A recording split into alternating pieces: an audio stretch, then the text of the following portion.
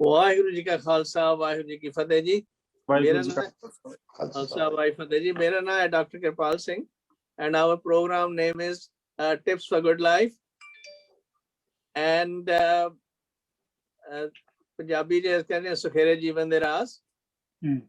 ਸੋ ਸਭ ਨੂੰ ਸਾਡੇ ਪਾਰਟਿਸਿਪੈਂਟਸ ਨੂੰ ਤੇ ਸਾਡੇ ਆਡੀਅנס ਨੂੰ ਬਹੁਤ ਬਹੁਤ ਸਵਾਗਤ।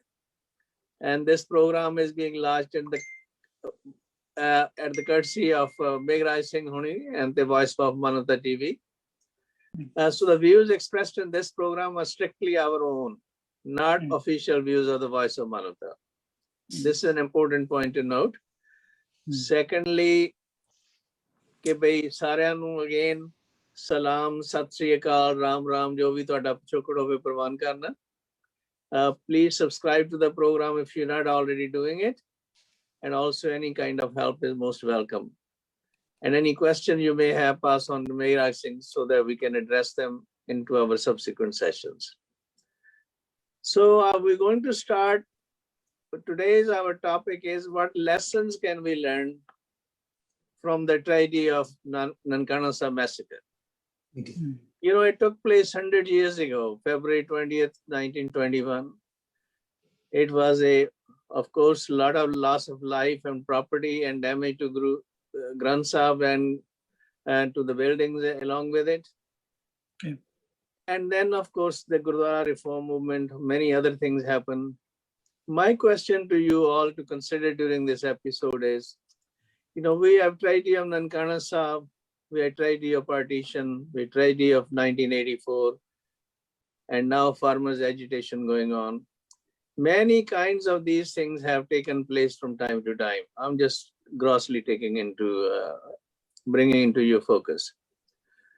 So we have with us Dr. Kala Singh, who wrote a paper about this in abstract of 6 studies. So we will start from him. What lessons have we learned from the tragedy of Nankana Sahib massacre? Dr. Kala Singh ji? Thank you very much for putting me on the yeah. In fact, when I was researching this thing, what I saw was that Sikhs went to give shahidis, to become a martyrs. कि ਅਸੀਂ ਨਨਕਾਣਾ ਸਾਹਿਬ ਨੂੰ ਆਜ਼ਾਦ ਕਰਾਉਣਾ ਹੈ। ਉਹਦੇ ਵਾਸਤੇ ਉਹਨਾਂ ਨੇ ਜਥੇ ਬਣਾਏ ਔਰ ਉਸ ਤੋਂ ਪਹਿਲਾਂ ਉਹਨਾਂ ਨੇ ਮੈਸੇजेस ਵੀ ਭੇਜੇ ਪੀਸਫੁਲ ਰੈਜ਼ੋਲੂਸ਼ਨ ਦੇ ਵਾਸਤੇ। ਔਰ ਉਹ ਜਿਹੜੇ ਮੈਸੇजेस ਸੀਗੇ ਮਹੰਤਾਂ ਦੇ ਕੋਲ, ਦੇ ਡਿਡ ਰਿਸਪੌਂਡ। ਉਹਨਾਂ ਨੇ ਮੀਟਿੰਗਸ ਰੱਖੀਆਂ ਪਰ ਮੀਟਿੰਗਸ ਉਹ ਹੋਈਆਂ ਨਹੀਂ। ਔਨ ਦਾ ਕੰਟਰੇਰੀ ਉਹ ਆਪਣੇ ਅਸਲਾ ਤਿਆਰ ਕਰਦੇ ਰਹੇ, ਆਰਮਸ ਐਮੂਨੀਸ਼ਨ ਇਕੱਠੇ ਕਰਦੇ ਰਹੇ, ਗੁੱਡੇ ਇਕੱਠੇ ਕਰਦੇ ਰਹੇ। ਔਰ ਉਹਨਾਂ ਨੂੰ ਇਹ ਪਤਾ ਸੀਗਾ ਕਿ ਇੱਕ ਦਿਨ ਸਿੱਖਾਂ ਨੇ ਆਉਣਾ ਆ। ਸੋ ਦੇ ਵਰ ਪ੍ਰਪੇਅਰਿੰਗ ਟੂ ਫਾਈਟ। ਸਿੱਖਾਂ ਨੇ ਆਪਣੇ ਵੱਲੋਂ ਪੂਰੀ ਕੋਸ਼ਿਸ਼ ਕੀਤੀ ਕਿ ਅਸੀਂ ਪੀਸਫੁਲ ਢੰਗ ਦੇ ਨਾਲ ਇਸ ਨੂੰ ਰੈਜ਼ੋਲੂਸ਼ਨ ਕਰੀਏ ਔਰ ਇਹਦਾ ਜਿਹੜਾ ਪ੍ਰਬੰਧ ਹੈ ਉਹ ਸਾਡੇ ਕੋਲ ਆ ਜਾਏ। But Mahant were not prepared, and that Sikhs also came to know. They knew it कि साडा जिन्ने भी peaceful resolution ने वो नहीं हो रहे और गुंडे इकट्ठे कर रहे ने, arms इकट्ठे कर रहे ने। In spite of all this, the first thing is कि उन्होंने कहा कि इसे शहीदियां देन चलिए। ਜਦੋਂ ਅਸੀਂ ਸ਼ਹੀਦੀਆਂ ਦੇਣ ਜਾਂਦੇ ਆ ਉਹਦੇ ਵਿੱਚ ਉਸ ਵਕਤ ਸਾਨੂੰ 2 ਚੀਜ਼ਾਂ ਸੋਚਣ ਦੀ ਜ਼ਰੂਰਤ ਪੈਂਦੀ ਹੈ कि ਅਸੀਂ ਉਸ ਵਕਤ ਮਹਾਤਮਾ ਗਾਂਧੀ ਦੇ ਸੱਤਿਆਗ੍ਰਾਹੀ ਮੂਵਮੈਂਟ ਦੇ ਮੁਤਾਬਕ ਗਏ ਸੀਗੇ ਕਿ ਅਸੀਂ ਗੁਰੂ ਗੋਬਿੰਦ ਸਿੰਘ ਦੇ ਸੰਤ ਸਿਪਾਹੀ ਜਿਨ੍ਹਾਂ ਨੇ ਅੰਮ੍ਰਿਤ ਛਕਿਆ ਹੋਇਆ ਹੈ, ਕਕਾਰ ਹੈਗੇ ਨੇ, ਉਸ ਫਿਲਾਸਫੀ ਦੇ ਅੰਡਰ ਅਸੀਂ ਉੱਥੇ ਗਏ ਸੀਗੇ। ਜੇ ਤਾਂ ਅਸੀਂ ਮਹਾਤਮਾ ਗਾਂਧੀ ਦੀ ਫਿਲਾਸਫੀ ਦੇ ਅੰਡਰ ਗਏ ਹਾਂ ਸੱਤਿਆਗ੍ਰਾਹੀ ਬਣ ਕੇ, ਫਿਰ ਅਸੀਂ ਸ਼ਹੀਦੀਆਂ ਦੇਣ ਗਏ ਹਾਂ ਉੱਥੇ। ਕਿਸੇ ਸ਼ਹੀਦੀਆਂ ਦੇ ਕੇ ਨਨਕਾਣਾ ਸਾਹਿਬ ਆਜ਼ਾਦ ਕਰਵਾਉਣਾ ਆਇਆ। ਉਹ ਜਦੋਂ ਗਏ ਤੇ ਸ਼ਹੀਦੀਆਂ ਹੋਈਆਂ, ਮੈਂ ਉਹਨਾਂ ਦੀ ਡਿਟੇਲ 'ਚ ਨਹੀਂ ਜਾਵਾਂਗਾ ਪੂਰੀ, ਪਰ ਜਦੋਂ ਉਹਨਾਂ ਨੇ ਆਖਰੀ ਵਾਰੀ ਜਦੋਂ ਗਏ ਨੇ ਆਪਣੇ ਆਰਮਸ ਐਮੂਨੀਸ਼ਨ ਲੈ ਕੇ ਕਿ ਅਸੀਂ ਹੁਣ ਲੜਾਈ ਕਰਨ ਜਾਣਾ ਆ, ਹੁਣ ਅਸੀਂ ਲੜਾਈ ਕਰਕੇ ਉਹਨਾਂ ਦੇ ਕੋਲੋਂ ਇਹ ਜਗ੍ਹਾ ਜਿਹੜੀ ਆ ਇਹ ਆਜ਼ਾਦ ਕਰਵਾਉਣੀ ਆ। ਉਸ ਵਕਤ ਜਿਹੜਾ ਅੰਗਰੇਜ਼ ਵੀ ਸੀਗਾ ਉਹ ਵੀ ਘਬਰਾ ਗਿਆ ਔਰ ਉਹਨੇ ਉਹ ਲੜਾਈ ਨਹੀਂ ਹੋਣ ਦਿੱਤੀ ਔਰ ਉਹਨੇ ਚਾਬੀਆਂ ਜਿਹੜੀਆਂ ਸੀਗੀਆਂ ਮਹੰਤਾਂ ਦੇ ਕੋਲੋਂ ਲੈ ਕੇ ਸਿੱਖਾਂ ਨੂੰ ਦੇ ਦਿੱਤੀਆਂ। ਪਹਿਲਾ ਇਹ 'ਚ ਲੈਸਨ ਇਹ ਮਿਲਦਾ ਆ ਕਿ ਜੇ ਸਿੱਖ ਉਸ ਵੇਲੇ ਪਹਿਲਾਂ ਹੀ ਗੁਰੂ ਗੋਬਿੰਦ ਸਿੰਘ ਦੇ ਸਿੱਖ ਬਣ ਕੇ ਆਪਣੇ ਕਕਾਰ ਲੈ ਕੇ ਲੜਾਈ ਕਰਨ ਜਾਂਦੇ ਕਿ ਅਸੀਂ ਸ਼ਹੀਦੀਆਂ ਨਹੀਂ ਦੇਣੀਆਂ, ਸ਼ਹੀਦੀਆਂ ਅਸੀਂ ਦੇਣੀਆਂ ਨੇ ਤੇ ਜੰਗ ਦੇ ਮੈਦਾਨ ਵਿੱਚ ਦੇਣੀਆਂ ਨੇ, ਨਿਹੱਥੇ ਹੋ ਕੇ ਨਹੀਂ ਦੇਣੀਆਂ। ਸਾਨੂੰ ਗੁਰੂ ਗੋਬਿੰਦ ਸਿੰਘ ਨੇ ਕਦੇ ਨਹੀਂ ਸਿਖਾਇਆ ਕਿ ਅਸੀਂ ਨਿਹੱਥੇ ਹੋ ਕੇ ਆਪਣੀ ਸ਼ਹੀਦੀਆਂ ਦਈਏ ਜੰਗ ਦੀ ਲੜਾਈ ਵਿੱਚ ਸ਼ਹੀਦ ਹੋਣ ਵਾਸਤੇ। ਤੇ ਸ਼ਾਇਦ ਉਹ ਜਿਹੜੀਆਂ ਸ਼ਹੀਦੀਆਂ ਪਹਿਲਾਂ ਹੋਈਆਂ ਸੀਗੀਆਂ ਨਾ ਹੁੰਦੀਆਂ, ਕਿਉਂਕਿ ਜਦ ਅੰਗਰੇਜ਼ ਆਖਰੀ ਵਾਰੀ ਡਰ ਗਿਆ ਉਹਨੇ ਚਾਬੀਆਂ ਲੈ ਕੇ ਦੇ ਦਿੱਤੀਆਂ, ਤਾਂ ਉਹ ਪਹਿਲੀ ਵਾਰੀ ਵੀ ਅਗਰ ਜਦੋਂ ਇਕੱਠੇ ਹੋ ਕੇ ਅਗਰ ਆਪਣੇ ਕਿਰਪਾਨਾਂ ਲੈ ਕੇ ਜਾਂਦੇ ਤਾਂ ਸ਼ਾਇਦ ਇਹ ਸ਼ਹੀਦੀਆਂ ਨਾ ਹੁੰਦੀਆਂ। ਪਹਿਲਾ ਜਿਹੜਾ ਮੇਰਾ ਪੁਆਇੰਟ ਵਾ, ਕੈਨ ਆਈ ਸਪੀਕ ਮੋਰ?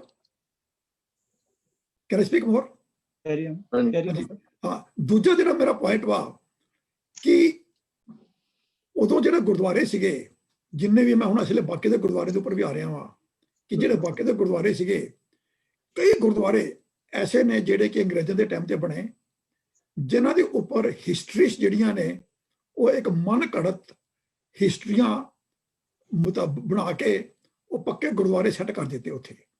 ਉਹਨਾਂ ਦੀ ਮੈਂ ਡਿਟੇਲ 'ਚ ਜਾਵਾਂਗਾ, ਡਿਟੇਲ ਦੀ ਜ਼ਰੂਰਤ ਹੈ ਮੈਂ I can give the details also. ਜਿਹੜੀ ਰਿਫਾਰਮ ਮੂਵਮੈਂਟ ਸੀਗੀ, ਜਿੱਦਾਂ ਹੀ ਗੁਰਦੁਆਰਿਆਂ ਦਾ ਪ੍ਰਬੰਧ ਹੱਥ ਵਿੱਚ ਆਇਆ, ਗੋਲਕ ਹੱਥ ਦੇ ਵਿੱਚ ਆਈ, ਉਹਦੇ ਬਾਅਦ ਜਿਹੜੇ ਬਾਕੀ ਦੇ ਜਿਹੜੀਆਂ ਇੰਪਰੂਵਮੈਂਟ ਸੀਗੀਆਂ ਉਹ ਨਹੀਂ ਕੀਤੀਆਂ ਗਈਆਂ। ਜਿਹੜੀਆਂ ਹਿਸਟਰੀਆਂ ਗਲਤ ਗੁਰਮਤਿ ਦੇ ਮੁਤਾਬਕ ਨਹੀਂ ਸੀਗੀਆਂ ਉਹਨਾਂ ਨੂੰ ਚੇਂਜ ਨਹੀਂ ਕੀਤਾ ਗਿਆ, ਉਹਨਾਂ ਨੂੰ ਇੰਪਰੂਵ ਨਹੀਂ ਕੀਤਾ ਗਿਆ, ਉਹਨਾਂ ਨੂੰ ਉਲਟਾ ਇਸਤੇਮਾਲ ਕੀਤਾ ਗਿਆ ਕਿ ਚਲੋ ਇਸੇ ਦੇ ਬਹਾਨੇ ਲੋਕੀ ਹੋਰ ਗੁਰਦੁਆਰੇ ਆਉਣਗੇ, ਗੋਲਕਾਂ ਭਰਨਗੀਆਂ। ਜਿਹੜੀ ਮੈਨੂੰ ਲੱਗਦਾ ਆ ਕਿ ਉਹ ਜਿਹੜਾ ਜਿੱਦਾਂ ਹੀ ਗੋਲਕ ਹੱਥ ਦੇ ਵਿੱਚ ਆਈ, ਪ੍ਰਬੰਧ ਹੱਥ 'ਚ ਆਇਆ, ਉਹਦੇ ਬਾਅਦ ਸਾਰਾ ਕੰਮ ਜਿਹੜਾ ਸੀਗਾ ਬਾਕੀ ਦੇ ਗੁਰਦੁਆਰੇ ਦੇ ਇੰਪਰੂਵਮੈਂਟ ਦਾ ਉਹ ਖਤਮ ਹੋ ਗਿਆ। ਈਵਨ ਹਰਮੰਦਰ ਸਾਹਿਬ ਤੋਂ ਵੀ ਜਿਹੜੀਆਂ ਮੂਰਤੀਆਂ ਚੁਕਾਈਆਂ ਗਈਆਂ ਉਹ ਬਹੁਤ ਦੇਰ ਦੇ ਬਾਅਦ ਚੁੱਕੀਆਂ ਗਈਆਂ। ਤੇ ਜਿੰਨੀਆਂ ਵੀ ਇਹ ਚੀਜ਼ਾਂ ਸੀਗੀਆਂ, ਜੇ ਉਸ ਵਕਤ ਜਿਹੜਾ ਇਹ ਮੂਵਮੈਂਟ ਚੱਲਦੀ ਪਈ ਸੀਗੀ, ਜੇ ਉਸ ਵਕਤ ਇਸ ਮੂਵਮੈਂਟ ਨੂੰ ਚਾਲੂ ਰੱਖਦੇ ਔਰ ਜਿਹੜੇ ਗੁਰਦੁਆਰੇ ਬਣੇ ਹੋਏ ਸੀਗੇ ਝੂਠੀਆਂ ਹਿਸਟਰੀਆਂ ਦੇ ਨਾਲ, ਉਹਨਾਂ ਨੂੰ ਗੁਰਦੁਆਰੇ ਜ਼ਰੂਰ ਰਹਿਣ ਦਿੰਦੇ, ਪਰ ਉਹਨਾਂ ਦੀ ਹਿਸਟਰੀਆਂ ਉਹ ਜਿਹੜੀਆਂ ਮਨਮਤਾਂ ਜਿਹੜੀਆਂ ਬਾਕੀ ਦੇ ਗੁਰਦੁਆਰੇ ਵਿੱਚ ਹੁਣ ਵੀ ਚੱਲ ਰਹੀਆਂ ਨੇ ਉਹ ਸ਼ਾਇਦ ਨਾ ਚੱਲਦੀਆਂ, ਉਹ ਅੱਜ ਖਤਮ ਹੋ ਜਾਂਦੀਆਂ ਜੇ ਉਸ ਵਕਤ ਦੇ ਮੂਵਮੈਂਟ ਨੂੰ ਅਸੀਂ ਉਹ ਸਿੱਖ ਉਸ ਵੇਲੇ ਦੇ ਚਾਲੂ ਰੱਖ ਦਿੱਤਾ। ਮੇਰੇ ਹਿਸਾਬ ਨਾਲ ਇਹ ਦੋ ਲੈਸਨ ਜਿਹੜੇ ਸਾਨੂੰ ਆ ਉਸ ਤੋਂ ਲੈਣੇ ਚਾਹੀਦੇ ਨੇ। ਥੈਂਕ ਯੂ ਜੀ, thank you for sharing that, beautiful. Doctor Vasu, ਤੁਹਾਡਾ ਕੀ ਵਿਚਾਰ ਹੈ ਅਬਾਊਟ ਦਿਸ ਸਿਚੁਏਸ਼ਨ? ਅਸਲ 'ਚ ਜੀ ਗੁਰਦੁਆਰੇ ਜਿਹੜੇ ਨੇ ਉਹ ਸਿੱਖ ਸ਼ਕਤੀ ਦਾ ਕੇਂਦਰ ਨੇ। ਗੁਰਦੁਆਰਿਆਂ 'ਚੋਂ ਜਿਹੜੀ ਸਿੱਖਿਆ ਮਿਲਦੀ ਹੈ ਉਹ ਵੀ ਬਹੁਤ ਹੀ ਚੈਲੰਜਿੰਗ ਹੁੰਦੀ ਹੈ। ਮਨੁੱਖੀ ਹੱਕਾਂ ਦੀ ਰੱਖਿਆ ਲਈ ਸਾਰੀ ਸਿੱਖਿਆ ਦਿੱਤੀ ਜਾਂਦੀ ਹੈ। ਗੁਰੂ ਨਾਨਕ ਤੋਂ ਲੈ ਕੇ ਗੁਰੂ ਗੋਬਿੰਦ ਸਿੰਘ ਤੱਕ ਜੋ ਸੰਘਰਸ਼ ਚੱਲੇ ਨੇ ਉਹ ਸਿਰਫ ਮਨੁੱਖ ਦੀ ਆਜ਼ਾਦੀ ਲਈ ਚੱਲੇ ਨੇ। ਔਰ ਇਹ ਜੋ ਸੰਸਾਰ ਹੈਗਾ ਇਹਦੇ ਵਿੱਚ ਜਿਹੜੇ ਰਾਖਸ਼ਿਸ਼ ਪ੍ਰਵਿਰਤੀਆਂ ਵਾਲੇ ਇਨਸਾਨ ਨੇ ਉਹ ਵੀ ਨਾਲ ਹੀ ਜੰਮਦੇ ਰਹਿੰਦੇ ਨੇ। ਸੁਸਾਇਟੀ ਦੇ ਵਿੱਚ ਮਨੁੱਖੀ ਸਮਾਜ ਹੈ, ਇਹਦੇ ਵਿੱਚ ਸਿਚੁਏਸ਼ਨ ਫੇਰ ਉਦਾਂ ਦੀਆਂ ਬਣ ਜਾਂਦੀਆਂ ਨੇ। ਇੱਕ ਪਾਸੇ ਸਿੱਖ ਸ਼ਕਤੀ ਨੂੰ ਖੋਹਣ ਦੇ ਯਤਨ ਕੀਤੇ ਜਾਂਦੇ ਨੇ, ਕਿਉਂਕਿ ਮਨੁੱਖ ਜਿਹੜਾ ਮਨੁੱਖ ਨੂੰ ਦਬਾਉਂਦਾ ਹੈ। ਮਨੁੱਖ ਦਾ ਸੁਭਾਅ ਇਹ ਹੈ ਕਿ ਜਿੱਥੇ ਉਹਦੇ ਸੁਭਾਅ 'ਚ ਦਰਅਸਲ ਐਨੀਮਲ ਇਨਸਟਿੰਕਟ ਜ਼ਿਆਦਾ ਨੇ, ਪਾਸ਼ਵਿਕ ਪ੍ਰਵਿਰਤੀਆਂ ਜ਼ਿਆਦਾ ਨੇ। ਜਿੱਥੇ ਮਾਇਆ ਤੇ ਪਾਵਰ ਇਕੱਠੀ ਹੋ ਜਾਂਦੀ ਹੈ ਉੱਥੇ ਫਿਰ ਲੜਾਈ ਝਗੜੇ ਹੋਣੇ ਜਿਹੜੇ ਨੇ, ਇੱਕ ਟਾਕਰੇ ਜਿਹੜੇ ਲਾਜ਼ਮੀ ਨੇ, ਕਿਉਂਕਿ ਮਨੁੱਖ ਦੇ ਅੰਦਰ ਹੀ ਪ੍ਰਵਿਰਤੀਆਂ ਨੇ ਲੜਨ ਦੀਆਂ। ਤੇ ਦੂਜੇ ਪਾਸੇ ਜਿਨ੍ਹਾਂ ਨੂੰ ਤੰਗ ਕੀਤਾ ਜਾਂਦਾ ਹੈ ਉਹ ਸਿੱਖ ਜਿਹੜੀ ਸ਼ਕਤੀ। ਹੁਣ ਅੰਗਰੇਜ਼ ਜਿਹੜਾ ਸੀ ਉਹ ਬੜਾ ਚਲਾਕ ਸੀਗਾ, ਉਸਨੇ ਆਉਂਦਿਆਂ ਪਛਾਣ ਲਿਆ ਕਿ ਸਾਨੂੰ ਖਤਰਾ ਸਿੱਖ ਸ਼ਕਤੀ ਤੋਂ ਹੈ, ਤੇ ਉਹਨੇ ਗੁਰਦੁਆਰਿਆਂ ਦਾ ਪ੍ਰਬੰਧ ਜਿਹੜਾ ਹੈ ਆਪਣੇ ਮੈਨੇਜਰਾਂ ਦੇ ਰਾਹੀਂ, ਪਹਿਲੇ ਡੀਸੀ ਦੇ ਨਾਲ ਇੱਕ ਮੈਨੇਜਰ ਹੁੰਦਾ ਸੀ, ਉਹ ਮੈਨੇਜਰ ਗਵਰਨਮੈਂਟ ਦਾ ਪਿੱਠੂ ਹੁੰਦਾ ਸੀ, ਉਹ ਗੁਰਦੁਆਰਾ ਨੂੰ ਮੈਨੇਜ ਕਰਦਾ ਸੀ, ਉਹਨੂੰ ਸਰਬਰਾਹ ਵੀ ਕਹਿ ਦਿੰਦੇ ਨੇ।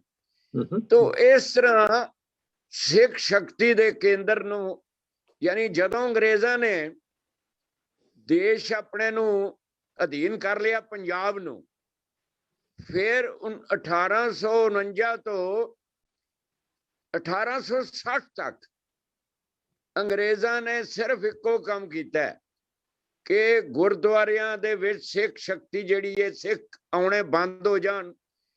ਔਰ ਦੂਜਾ, ਜਿੰਨੇ ਉਸ ਸਮੇਂ ਮਹਾਰਾਜਾ ਰਣਜੀਤ ਸਿੰਘ ਦੇ ਜਿਹੜੇ ਅੱਗੋਂ ਸਿੱਖ ਸਨ, ਉਹਨਾਂ ਨੇ ਲਾਭ ਬਣਾਤਾ ਗਿਆ ਕਿ ਇੱਕ ਸਿੱਖ ਦੇ ਘਰ, ਜਿਹੜਾ ਸਿੱਖ ਆਗੂ ਹੁੰਦੇ ਸਨ ਹਰ ਦੇਸ਼ ਵਿੱਚ, ਹਰ ਇੱਕ ਇਲਾਕੇ ਵਿੱਚ, ਬਈ 20 ਬੰਦੇ ਇੱਕ ਜਗ੍ਹਾ ਇਕੱਠੇ ਨਹੀਂ ਹੋ ਸਕਦੇ।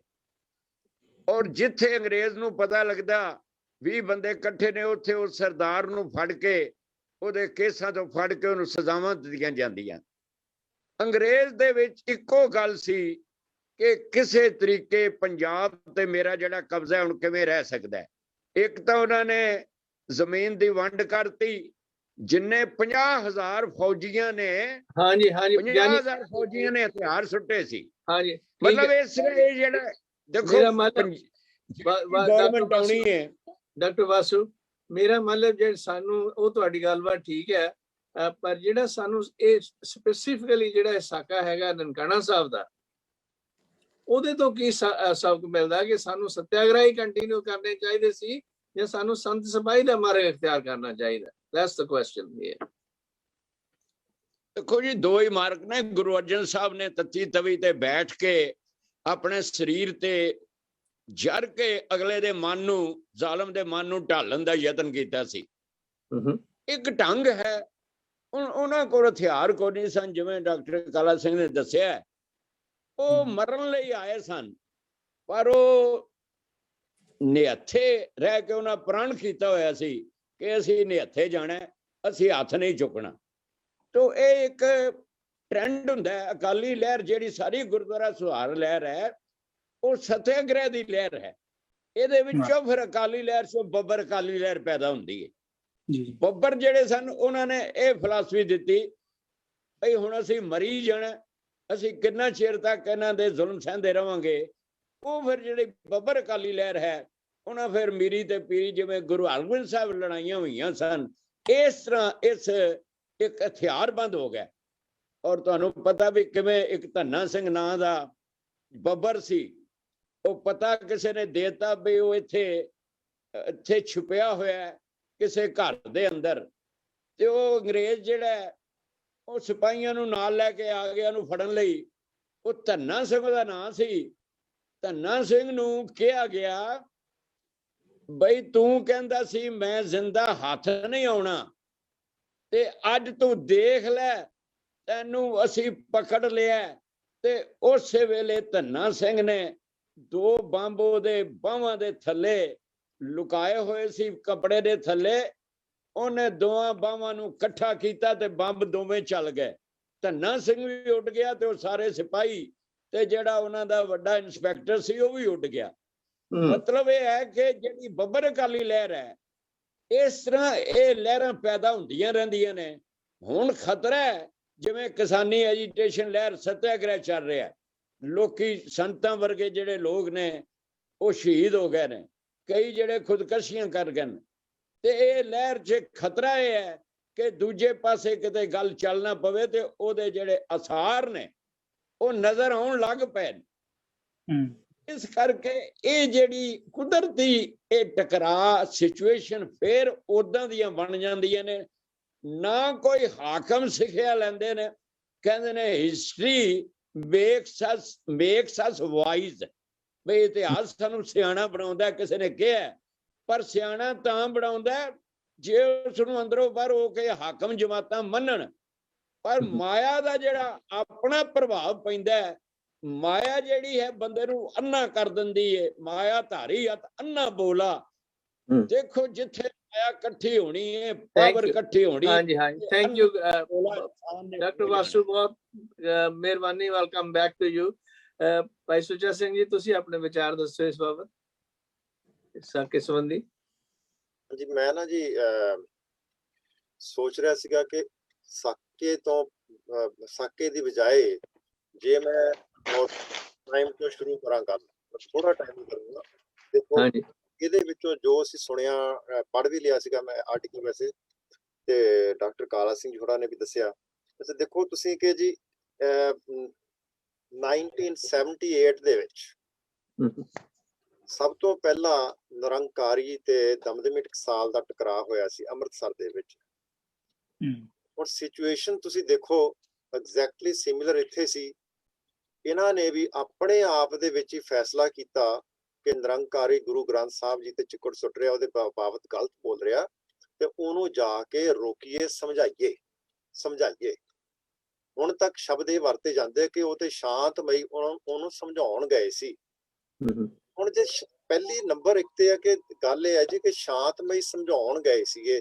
ਇਸੇ ਤਰ੍ਹਾਂ ਹੀ ਸਾਕਾ ਨਨਕਾਣਾ ਸਾਹਿਬ ਦੇ ਵਿੱਚ ਹੀ ਹੋਇਆ। ਠੀਕ ਹੈ ਜੀ। ਅੱਛਾ ਜੀ, ਹੁਣ ਸਾਨੂੰ ਪਹਿਲਾਂ ਹੀ ਪਤਾ ਹੈ ਕਿ ਉਹ ਬੰਦਾ ਚਿੱਕੜ ਸੁੱਟ ਰਿਹਾ, ਉਹ ਗਲਤ ਬੋਲ ਰਿਹਾ। ਉਸ ਬੰਦੇ ਨੇ ਆਪਣੀ ਤਿਆਰੀ ਵੀ ਕੀਤੀ ਹੋਈ ਹੈ ਤੇ ਅਸੀਂ ਮੂੰਹ ਚੱਕ ਕੇ ਉਹਨਾਂ ਨੂੰ ਸਮਝਾਉਣ ਤੁਰ ਪੈਂਦੇ ਆ। ਠੀਕ ਹੈ ਜੀ। ਅੱਛਾ ਜੀ, ਉਸ ਤੋਂ ਬਾਅਦ 18 ਸ਼ਾਇਦ ਸਿੰਘ ਉੱਥੇ ਸ਼ਹੀਦ ਹੋ ਗਿਆ ਤੇ ਉਹਦਾ ਅੱਜ ਤੱਕ ਫਿਰ ਅਸੀਂ ਰੋਸ ਵੀ ਕਰੀ ਜਾਂਦੇ ਆ। ਹੁਣ ਨੰਬਰ 1 ਤੇ even though we know ਕਿ the government was on their side at that time and in these days also, still we did not approach to government, to police, to help us, to go with us. We want to just stop them. We just want to tell them, do not say bad words for Guru Granth Sahib or about our religion. ਇਹ ਕਹਿਣ ਦੇ ਵਾਸਤੇ ਅਸੀਂ ਨਾ ਹੁਣ ਅਸੀਂ try ਕੀਤੀ, ਨਾ ਅਸੀਂ ਉਦੋਂ ਕੀਤੀ, ਈਵਨ ਦੋ ਅਸੀਂ ਅੰਗਰੇਜ਼ਾਂ ਨੂੰ ਕੋਸਦੇ ਰਹੇ ਹਾਂ। ਠੀਕ ਹੈ ਜੀ, ਸਾਨੂੰ ਪਤਾ ਕਿ ਉਹਨਾਂ ਦੀ ਸਾਈਡ ਤੇ ਸੀਗੇ, ਲੇਕਿਨ we should have tried to take their attention. ਅਸੀਂ ਉਹ ਨਹੀਂ ਲਈ। ਉੱਥੇ ਵੀ ਅਸੀਂ ਆਪਣੇ ਆਪ ਦੇ ਗਏ, ਆਪ ਹੀ ਅਸੀਂ ਫੈਸਲਾ ਕੀਤਾ। ਫਿਰ ਉਸ ਤੋਂ ਬਾਅਦ ਇਹ ਜਿਹੜਾ ਮੈਂ ਆਰਟੀਕਲ ਦੇ ਵਿੱਚ ਪੜ੍ਹਿਆ ਕਿ ਸਿੰਘ ਗਏ, ਉਸ ਤੋਂ ਬਾਅਦ ਉਹਨਾਂ ਨੂੰ ਰੋਕਣ ਦੀ ਕੋਸ਼ਿਸ਼ ਕੀਤੀ ਗਈ ਆਪਣੇ ਸਿੰਘਾਂ ਦੁਆਰਾ, but they didn't stop, they kept going। ਅਰਦਾਸ ਕਰ ਦਿੱਤੀ ਹੈ। ਇਸੇ ਤਰ੍ਹਾਂ ਦੀ ਇੱਕ ਇਤਿਹਾਸ ਮਹਾਰਾਜਾ ਰਣਜੀਤ ਸਿੰਘ ਦੇ ਟਾਈਮ ਹੋਇਆ ਸੀ, ਅਕਾਲੀ ਫੂਲਾ ਸਿੰਘ। ਠੀਕ ਹੈ ਜੀ, ਉਹਨੇ ਵੀ ਕਿਹਾ ਸੀ ਨਹੀਂ ਜੀ ਅਰਦਾਸ ਕਰ ਦਿੱਤੀ ਹੋਈ ਹੈ, ਹੁਣ ਨਹੀਂ ਪਿੱਛੇ ਹਟਣਾ। ਲੇਕਿਨ ਉਹਦੇ ਵਿੱਚ ਵੀ ਸਾਡਾ ਨੁਕਸਾਨ ਹੋਇਆ ਸੀ। ਲੇਕਿਨ ਜੇ ਹੁਣ ਜਾਣੇ ਸੀ ਗੁਰੂ ਗੋਬਿੰਦ ਸਿੰਘ ਜੀ ਦੇ ਟਾਈਮ ਤੇ ਗੁਰੂ ਗੋਬਿੰਦ ਸਿੰਘ ਜੀ ਨੇ ਅਰਦਾਸਾਂ ਕਿਤੇ ਕੀਤੀਆਂ ਨਹੀਂ ਹੋਣੀਆਂ। ਗੁਰੂ ਗੋਬਿੰਦ ਸਿੰਘ ਜੀ ਜਿਸ ਵੇਲੇ ਆਪਣੇ ਅਖੰਡ ਅਨੰਦਪੁਰ ਸਾਹਿਬ ਦਾ ਕਿਲ੍ਹਾ ਛੱਡਦੇ ਹੈ, ਠੀਕ ਹੈ ਜੀ, ਪਹਿਲਾਂ ਨਹੀਂ ਛੱਡਦੇ ਸਿੰਘਾਂ ਦੇ ਕਹੇ ਤੇ ਉਹਦਾ ਵੀ ਰੀਜ਼ਨ ਸਾਨੂੰ ਸਾਫ਼ ਦਿਸਦਾ। ਫਿਰ ਜਦੋਂ ਛੱਡਦੇ ਆ ਉਦੋਂ ਵੀ ਰੀਜ਼ਨ ਸਾਨੂੰ ਸਾਫ਼ ਦਿਸਦਾ। ਉਸ ਤੋਂ ਬਾਅਦ ਜਦੋਂ ਜਾਂਦੇ ਆ ਤੇ ਅੱਧੇ ਕੁ ਸਿੱਖਾਂ ਨੂੰ ਕਹਿੰਦੇ ਕਿ ਤੁਸੀਂ ਪਿੱਛੇ ਵੱਲ ਦੇਖੋ, ਰੁਕੋ ਇੱਥੇ ਹੀ। ਜਿਹੜੇ ਬੀਬੀਆਂ ਬੱਚੇ ਜਿਹੜੇ ਆ ਇਹਨਾਂ ਨੂੰ, ਬਜ਼ੁਰਗਾਂ ਨੂੰ, ਇਹਨਾਂ ਨੂੰ ਅਗਾਂਹ ਸਫ਼ਰ ਤੈਅ ਕਰਨ ਦਿਓ। ਠੀਕ ਹੈ ਜੀ, ਜੇਕਰ ਇਹ ਪਿੱਛੋਂ ਆਉਂਦੇ ਤੇ ਇਹਨਾਂ ਨੂੰ ਤੁਸੀਂ ਰੋਕਣਾ ਇੱਥੇ। ਉਹ ਲੜਨ ਵਾਸਤੇ, ਰੋਕਣ ਦੇ ਵਾਸਤੇ ਤਿਆਰੀ ਕਰਕੇ ਬੈਠੇ। ਇਹ ਤੇ ਨਹੀਂ ਕਿਹਾ ਸੀ ਉਹਨਾਂ ਨੂੰ ਕਿ ਤੁਸੀਂ ਇੱਥੇ ਬੈਠੇ ਅਰਦਾਸ ਕਰਕੇ ਬਹਿ ਜਾਇਓ ਤੇ ਤੁਹਾਡੇ ਅੱਗੇ ਆਉਣਗੇ ਤੇ ਸਿਰ ਚ ਮਾਰਨਗੇ, ਮਾਰੀ ਜਾਓ, ਕੋਈ ਗੱਲ ਨਹੀਂ, ਸ਼ਹੀਦੀਆਂ ਦੇਣੀਆਂ। ਇਹ ਤਾਂ ਨਹੀਂ ਨਾ, ਰਾਈਟ। ਸੋ ਦੇਖਣਾ ਪੈਂਦਾ ਕਿ ਸਿਚੁਏਸ਼ਨ ਕਿਹੜੀ ਸੀ। ਤੇ ਮੇਰੇ ਹਿਸਾਬ ਦੇ ਨਾਲ ਜੇ ਤੁਸੀਂ ਕਹਿੰਦੇ ਕਿ ਸਿੱਖਿਆ ਕੀ ਲੈਣੀ ਚਾਹੀਦੀ, ਤੇ ਇਸ ਤਰ੍ਹਾਂ ਦੀ ਸਿੱਖਿਆ ਲੈਣੀ ਚਾਹੀਦੀ ਹੈ ਕਿ ਜਿਸ ਤਰ੍ਹਾਂ ਦਾ ਤੁਹਾਡੇ ਅੱਗੇ ਦੁਸ਼ਮਣ ਹੈ ਉਸ ਤਰ੍ਹਾਂ ਦੇ ਹੋ ਕੇ ਤੁਸੀਂ ਵੀ ਉਹਦੇ ਨਾਲ ਟੱਕਰੋ, ਪਰ ਸਿੱਧੇ ਤੌਰ ਤੇ ਨਾ ਜਾਓ। ਪਰ ਇੱਕ ਵਾਰੀ ਐਡਮਿਨਿਸਟ੍ਰੇਸ਼ਨ ਨੂੰ ਨਾਲ ਜ਼ਰੂਰ ਲਓ, ਉਹਨਾਂ ਨੂੰ ਇਨਫੋਰਮ ਜ਼ਰੂਰ ਕਰ ਦਿਓ ਜਦੋਂ ਵੀ ਕਿਤੇ ਇਸ ਤਰ੍ਹਾਂ ਸਿਚੁਏਸ਼ਨ ਆਵੇ। ਹਾਂਜੀ, ਥੈਂਕ ਯੂ ਜੀ, ਦੈਟਸ ਵੈਰੀ ਨਾਈਸ, ਵੈਰੀ। ਪਾਟਿਆ ਸਾਹਿਬ।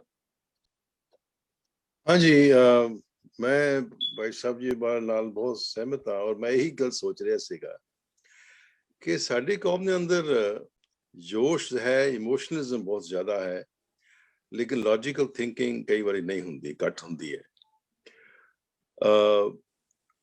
ਇਨਸਾਨ ਨੂੰ ਆਪਣੇ ਦੁਸ਼ਮਣ ਨੂੰ ਜਾਂ ਆਪੋਨੈਂਟ ਨੂੰ ਪਹਿਲਾਂ ਸਮਝਣਾ ਚਾਹੀਦਾ। ਵਾਰ ਸਟ੍ਰੈਟਜੀ ਉਹ ਹੁੰਦੀ ਹੈ ਜਦੋਂ ਇਨਸਾਨ ਜਾਂ ਕੋਈ ਆਰਮੀ ਹੋਵੇ, ਕੁਛ ਹੋਵੇ, ਆਪਣੇ ਐਨੀਮੀ ਨੂੰ ਪਹਿਲਾਂ ਜੱਜ ਕਰਦੀ ਹੈ, ਉਹਦਾ ਜਾਇਜ਼ਾ ਲੈਂਦੀ ਹੈ, ਉਹ ਕਿੱਥੇ ਖਲੋਤਾ ਹੈ, ਉਹਦੀ ਕਿੰਨੀ ਸਟਰੈਂਥ ਹੈ, ਉਹਦੀ ਵੀਕਨੈਸ ਕੀ ਹੈ। ਔਰ ਇਹ ਸਮਾਰਟ ਵੇ ਆਫ ਵਰਕਿੰਗ ਜਿਹੜਾ ਸਾਡੇ ਕੌਮ ਸਮਹਾਉ ਇਜ਼ ਮਿਸਿੰਗ, ਮੈਂ ਇਹ ਮਹਿਸੂਸ ਕਰਦਾ। ਔਰ ਇਹ ਗੱਲ ਬਿਲਕੁਲ ਠੀਕ ਹੈ, ਅੰਗਰੇਜ਼ਾਂ ਦਾ ਕੋਈ ਖਾਸ ਪਿਆਰ ਨਹੀਂ ਸੀ ਮਾਨਤਾ ਨਾਲ, ਉਹ ਇਹੀ ਚਾਹੁੰਦੇ ਸੀ ਵੀ ਸਾਡਾ ਕੰਟਰੋਲ ਹੋਵੇ। ਅਗਰ ਸਿੱਖ ਦੂਸਰੇ ਸਿੱਖ ਮਿਲ ਕੇ ਉਹਨਾਂ ਨਾਲ ਉਹਨੂੰ ਸਮਝਾਉਂਦੇ, ਆਫਟਰ ਆਲ ਉਸ ਵੇਲੇ ਸਿੱਖਾਂ ਦੀ ਕਿਤਨੀ ਗਿਣਤੀ ਬ੍ਰਿਟਿਸ਼ ਆਰਮੀ ਦੇ ਵਿੱਚ ਸੀਗੀ, ਉਹਨੂੰ ਡਰ ਕਾਹਦਾ ਸੀਗਾ। ਤੇ ਇਸ ਵਾਸਤੇ ਜੋ ਸਾਡੀ ਅਪਰੋਚ ਹੈ ਉਹ ਸਟ੍ਰੈਟੇਜਿਕ ਨਹੀਂ ਹੁੰਦੀ। We do not develop a strategy how to resolve the issue. ਰਾਤ ਦੇ ਮੂੰਹ ਫੜ ਜਾ ਕੇ ਬਸ ਅਰਦਾਸ ਕਰਦੀ ਹੁਣ ਮੈਂ ਮਰਨਾ ਹੀ ਮਰਨਾ ਹੈ ਜੀ। ਸ਼ਹੀਦੀਆਂ ਲੈਣਾ ਕੋਈ ਏਡੀ ਵੱਡੀ, ਠੀਕ ਹੈ, ਅਫਕੋਰਸ ਬੜੀ ਵੱਡੀ ਆਪਣੀ ਜਾਨ ਨੂੰ ਲੈ ਕੇ ਤੁਰ ਪੈਣਾ, ਲੇਕਿਨ our goal is to, our purpose is to achieve a goal, not just to get killed. See, Thank you ਜੀ। ਜਨਰਲ ਪੈਟਨ ਨੇ ਸੈਕੰਡ ਵਰਲਡ ਵਾਰ ਜਦੋਂ ਹੋਈ, ਉਹਨੇ ਆਪਣੇ ਸੋਲਜਰਸ ਨੂੰ ਕਿਹਾ, it is not a brave man who just gets up and gets shot. The brave man is one who goes and kills the enemy.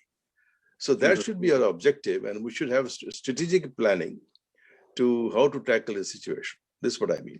Now, who was that person? General Patton. General Patton. Yeah, okay, American general. Yeah. ਹਾਂਜੀ। Now let me go to ਆਪਣੇ ਕੀ ਕਹਿੰਦੇ ਆ Kulwinder Singh, doctor Kulwinder Singh ਹੁਣੀ, ਤੁਸੀਂ ਆਪਣਾ view ਦੱਸੋ ਇੱਥੇ। ਹਾਂਜੀ ਸਰ, ਸਰ ਜਿਹੜਾ ਇਸ਼ੂ ਚੱਲ ਰਿਹਾ ਹੈ ਇਹਦੇ ਤੇ ਮੈਂ ਆਪਣੇ ਵਿਊ ਦੇਣਾ ਚਾਹਾਂਗਾ ਕਿ ਅਸੀਂ ਦੇਖਣਾ ਹੈ ਕਿ ਨਨਕਾਣਾ ਸਾਹਿਬ ਸਾਕਾ ਇੱਕ ਇਹਦੀਆਂ ਦੋ ਸਾਈਡਸ ਹੁੰਦੀਆਂ ਹਰ ਚੀਜ਼ ਦੀ। ਜਿਹੜੀ ਹਿਸਟਰੀ ਹੁੰਦੀ ਹੈ ਅਸੀਂ ਉਹਦੇ ਤੋਂ ਲੈਸਨ ਵੀ ਲੈਂਦੇ ਹਾਂ, ਉਹਦੀਆਂ ਸ਼ਾਰਟਕਮਿੰਗਸ ਵੀ ਵੇਖਦੇ ਹਾਂ, ਅਸੀਂ ਸਾਰੀਆਂ ਚੀਜ਼ਾਂ ਨੂੰ ਡਿਸਕਸ ਕਰਦੇ ਹਾਂ। ਐਜ਼ ਫਾਰ ਐਜ਼ ਮੇਰਾ ਪਰਸਨਲ ਵਿਊ ਹੈ ਕਿ ਜਦੋਂ ਵੀ ਕੋਈ ਮੂਵਮੈਂਟ ਸ਼ੁਰੂ ਹੁੰਦੀ ਹੈ ਨਾ ਤੇ ਉਹਦੇ ਦੋ ਅੰਗ ਬੜੇ ਜ਼ਰੂਰੀ ਹੁੰਦੇ ਆ। ਪਹਿਲੀ ਗੱਲ ਹੁੰਦਾ ਹੈ ਕਿ ਉਹ ਇਟਸ ਤੇ ਪਬਲਿਕ ਮੂਵਮੈਂਟ ਤੇ ਜਾਂ ਇੱਕ ਪ੍ਰੋਪਰ ਲੀਡਰਸ਼ਿਪ ਦੇ ਅੰਡਰ ਹੋ ਰਹੀ ਹੈ। ਜਿਸ ਤਰ੍ਹਾਂ ਪ੍ਰੋਫੈਸਰ ਸੁੱਚਾ ਸਿੰਘ ਜੀ ਨੇ ਕਿਹਾ ਕਿ ਜਦੋਂ ਦਸਮ ਪਾਤਸ਼ਾਹ ਦਾ ਸਮਾਂ ਸੀ, then we had a proper accepted leader. ਹਰ ਕਿਸੇ ਨੂੰ ਪਤਾ ਸੀ ਕਿ ਮੈਂ ਗੁਰੂ ਸਾਹਿਬ ਦੀ ਗੱਲ ਮੰਨਣੀ ਹੈ, ਉਹਨਾਂ ਦੀ ਸਟ੍ਰੈਟੇਜੀ ਤੇ ਚੱਲਣਾ ਹੈ। ਜਿਹੜਾ ਨਨਕਾਣਾ ਸਾਹਿਬ ਦਾ ਸਾਕਾ ਹੈ ਉਸ ਟਾਈਮ ਤੇ ਸਾਡੇ ਕੋਲ, ਕਿਉਂਕਿ ਗੁਰਦੁਆਰਿਆਂ ਦਾ ਪ੍ਰਬੰਧ ਤੇ ਮਹੰਤਾਂ ਕੋਲ ਹੈ, ਸਾਡੇ ਕੋਲ ਲੀਡਰ ਕੋਈ ਨਹੀਂ ਹੈਗਾ। ਜਦੋਂ ਲੀਡਰ ਕੋਈ ਨਹੀਂ ਹੁੰਦਾ ਨਾ ਤੇ ਉਦੋਂ ਜਿਹੜੀ ਪਬਲਿਕ ਹੈ ਨਾ, ਪਬਲਿਕ ਉਹਨਾਂ ਅੰਦਰ ਇਮੋਸ਼ਨ ਹੁੰਦੀ ਹੈ, ਕਈਆਂ ਅੰਦਰ ਸਿਆਣਪ ਹੁੰਦੀ ਹੈ, but everyone has his role. ਹੁਣ ਮੈਂ ਜਿਸ ਤਰ੍ਹਾਂ ਡਾਕਟਰ ਕਾਲਾ ਸਿੰਘ ਜੀ ਨੇ ਕਿਹਾ ਸੀ, ਉਹਨਾਂ ਨੇ ਬੜੀ ਖੋਜ ਕੀਤੀ ਹੈ, ਪਰ ਮੈਂ ਉਸ ਚੀਜ਼ ਦਾ ਇੱਕ ਦੂਸਰਾ ਵਿਊ ਦੇਣਾ ਚਾਹੁੰਦਾ ਕਿ ਜਿਸ ਤਰ੍ਹਾਂ ਅਸੀਂ ਸੋਚਦੇ ਹਾਂ ਅੱਜ ਬੈਠੇ ਕਿ ਜੇਕਰ ਪਹਿਲਾਂ ਹੀ 2200 ਬੰਦੇ ਤਿਆਰ ਹੋ ਕੇ ਚੱਲ ਜਾਂਦੇ ਤੇ ਸ਼ਾਇਦ ਸਾਨੂੰ 150-200 ਬੰਦਿਆਂ ਦੀ ਸ਼ਹੀਦੀ ਨਾ ਦੇਣੀ ਪੈਂਦੀ। ਇਹ ਇੱਕ ਵਿਊ ਹੈ ਬੜਾ ਇੰਪੋਰਟੈਂਟ।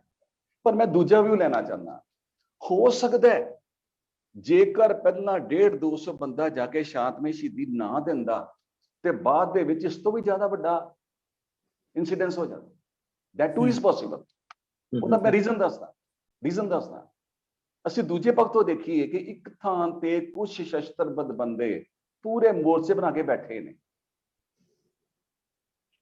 ਜਦੋਂ ਤੇ ਸ਼ਾਂਤਮਈ ਬੰਦੇ ਗਏ ਆ ਤੇ ਉਹਨਾਂ ਨੂੰ ਐਂਟਰੀ ਦੇ ਦਿੱਤੀ ਤੇ ਐਂਟਰੀ ਦੇ ਕੇ ਘੇਰ ਕੇ ਮਾਰਤਾ। ਸਾਨੂੰ ਲੱਗਦਾ ਬੰਦੇ ਨਜਾਇਜ਼ ਮਰ ਗਏ। ਇਸ ਪੁਆਇੰਟ ਦਾ ਜ਼ਰੂਰ ਵਜ਼ਨ ਹੈ। ਪਰ ਦੂਜੇ ਪਾਸੇ ਜੇਕਰ 2200 ਬੰਦਾ ਸ਼ਸਤਰਬੰਦ ਜਾਂਦਾ ਤੇ ਉਹਨਾਂ ਨੇ ਉਹਨਾਂ ਨੂੰ ਐਂਟਰ ਨਹੀਂ ਸੀ ਕਰਨ ਦੇਣਾ, ਬਾਹਰੋਂ ਹੀ ਅਟੈਕ ਕਰ ਦੇਣਾ ਸੀ, ਕਿਉਂਕਿ ਉਹਨਾਂ ਕੋਲ ਹਰ ਤਰ੍ਹਾਂ ਦੇ ਹਥਿਆਰ ਜਿਹੜੇ ਸਨ, ਬੰਦੂਕਾਂ ਸਨ, ਸਭ ਕੁਝ ਸਨ। ਸੋ ਦੂਸਰਾ ਅਸੀਂ ਇਹ ਪੱਖ ਲੈ ਸਕਦੇ ਹਾਂ ਕਿ ਜੇਕਰ ਨਨਕਾਣਾ ਸਾਹਿਬ ਬੰਦੇ ਬਾਅਦ ਪਹਿਲੇ ਸਟੈਪ ਤੇ ਸ਼ਸਤਰਬੰਦ ਜਾਂਦੇ ਨਾ ਤੇ ਜ਼ਰੂਰੀ ਨਹੀਂ ਸੀ ਮਨ ਸਰੈਂਡਰ ਕਰ ਦਿੰਦੇ। ਹੋ ਸਕਦਾ ਹੈ ਉਸ ਤੋਂ ਜ਼ਿਆਦਾ ਵੀ ਵੱਡੀ ਮਸ਼ੱਕਤ ਹੋ ਜਾਂਦੀ। ਸੋ ਮਤਲਬ ਹਾਂਜੀ। Yeah, thank you. ਆਕਾਸ਼ ਜੀ, ਤੁਹਾਡਾ ਕੀ ਵਿਚਾਰ ਹੈ? ਆਕਾਸ਼ ਜੀ, ਮਿਸਟਰ ਮਾਰਸ਼ਲ। ਅੱਛਾ, ਤੁਸੀਂ ਆਪਣੇ let me go to Mandeep Singh ਹੁਣੀ। ਹਾਂਜੀ, ਤੁਸੀਂ ਆਪਣਾ ਵਿਚਾਰ ਦੱਸੋ। ਹਾਂਜੀ, ਸਾਰੇ ਗੁਰਮੁਖ ਪਿਆਰਿਆਂ ਨੂੰ ਪਹਿਲਾਂ ਵਾਹਿਗੁਰੂ ਜੀ ਕਾ ਖਾਲਸਾ, ਵਾਹਿਗੁਰੂ ਜੀ ਕੀ ਫਤਿਹ। ਬਹੁਤ ਵਧੀਆ ਆਪਣੇ ਆਪਣੇ ਤੌਰ ਦੇ ਉੱਤੇ ਸਾਰੇ ਵਿਦਵਾਨਾਂ ਨੇ ਆਪਣੇ ਆਪਣੇ ਵਿਚਾਰ ਰੱਖੇ ਹੈਗੇ ਆ। ਅਸੀਂ ਪਹਿਲਾਂ ਵੀ ਇੱਕ ਪ੍ਰੋਗਰਾਮ ਇਹ ਤੋਂ ਪਹਿਲਾਂ ਅਸੀਂ ਨਨਕਾਣਾ ਸਾਹਿਬ ਦੀ ਸ਼ਹੀਦੀ ਦੇ ਬਾਰੇ ਕੀਤਾ ਸੀਗਾ। ਉਹਦੇ ਵਿੱਚ ਵੀ ਅਸੀਂ ਜਦੋਂ ਇਕੱਠੇ ਹੋਏ ਤਾਂ ਇਹ ਚੀਜ਼ ਦੀ ਕਾਫੀ ਲੰਬੀ ਵਿਚਾਰ ਹੋਈ।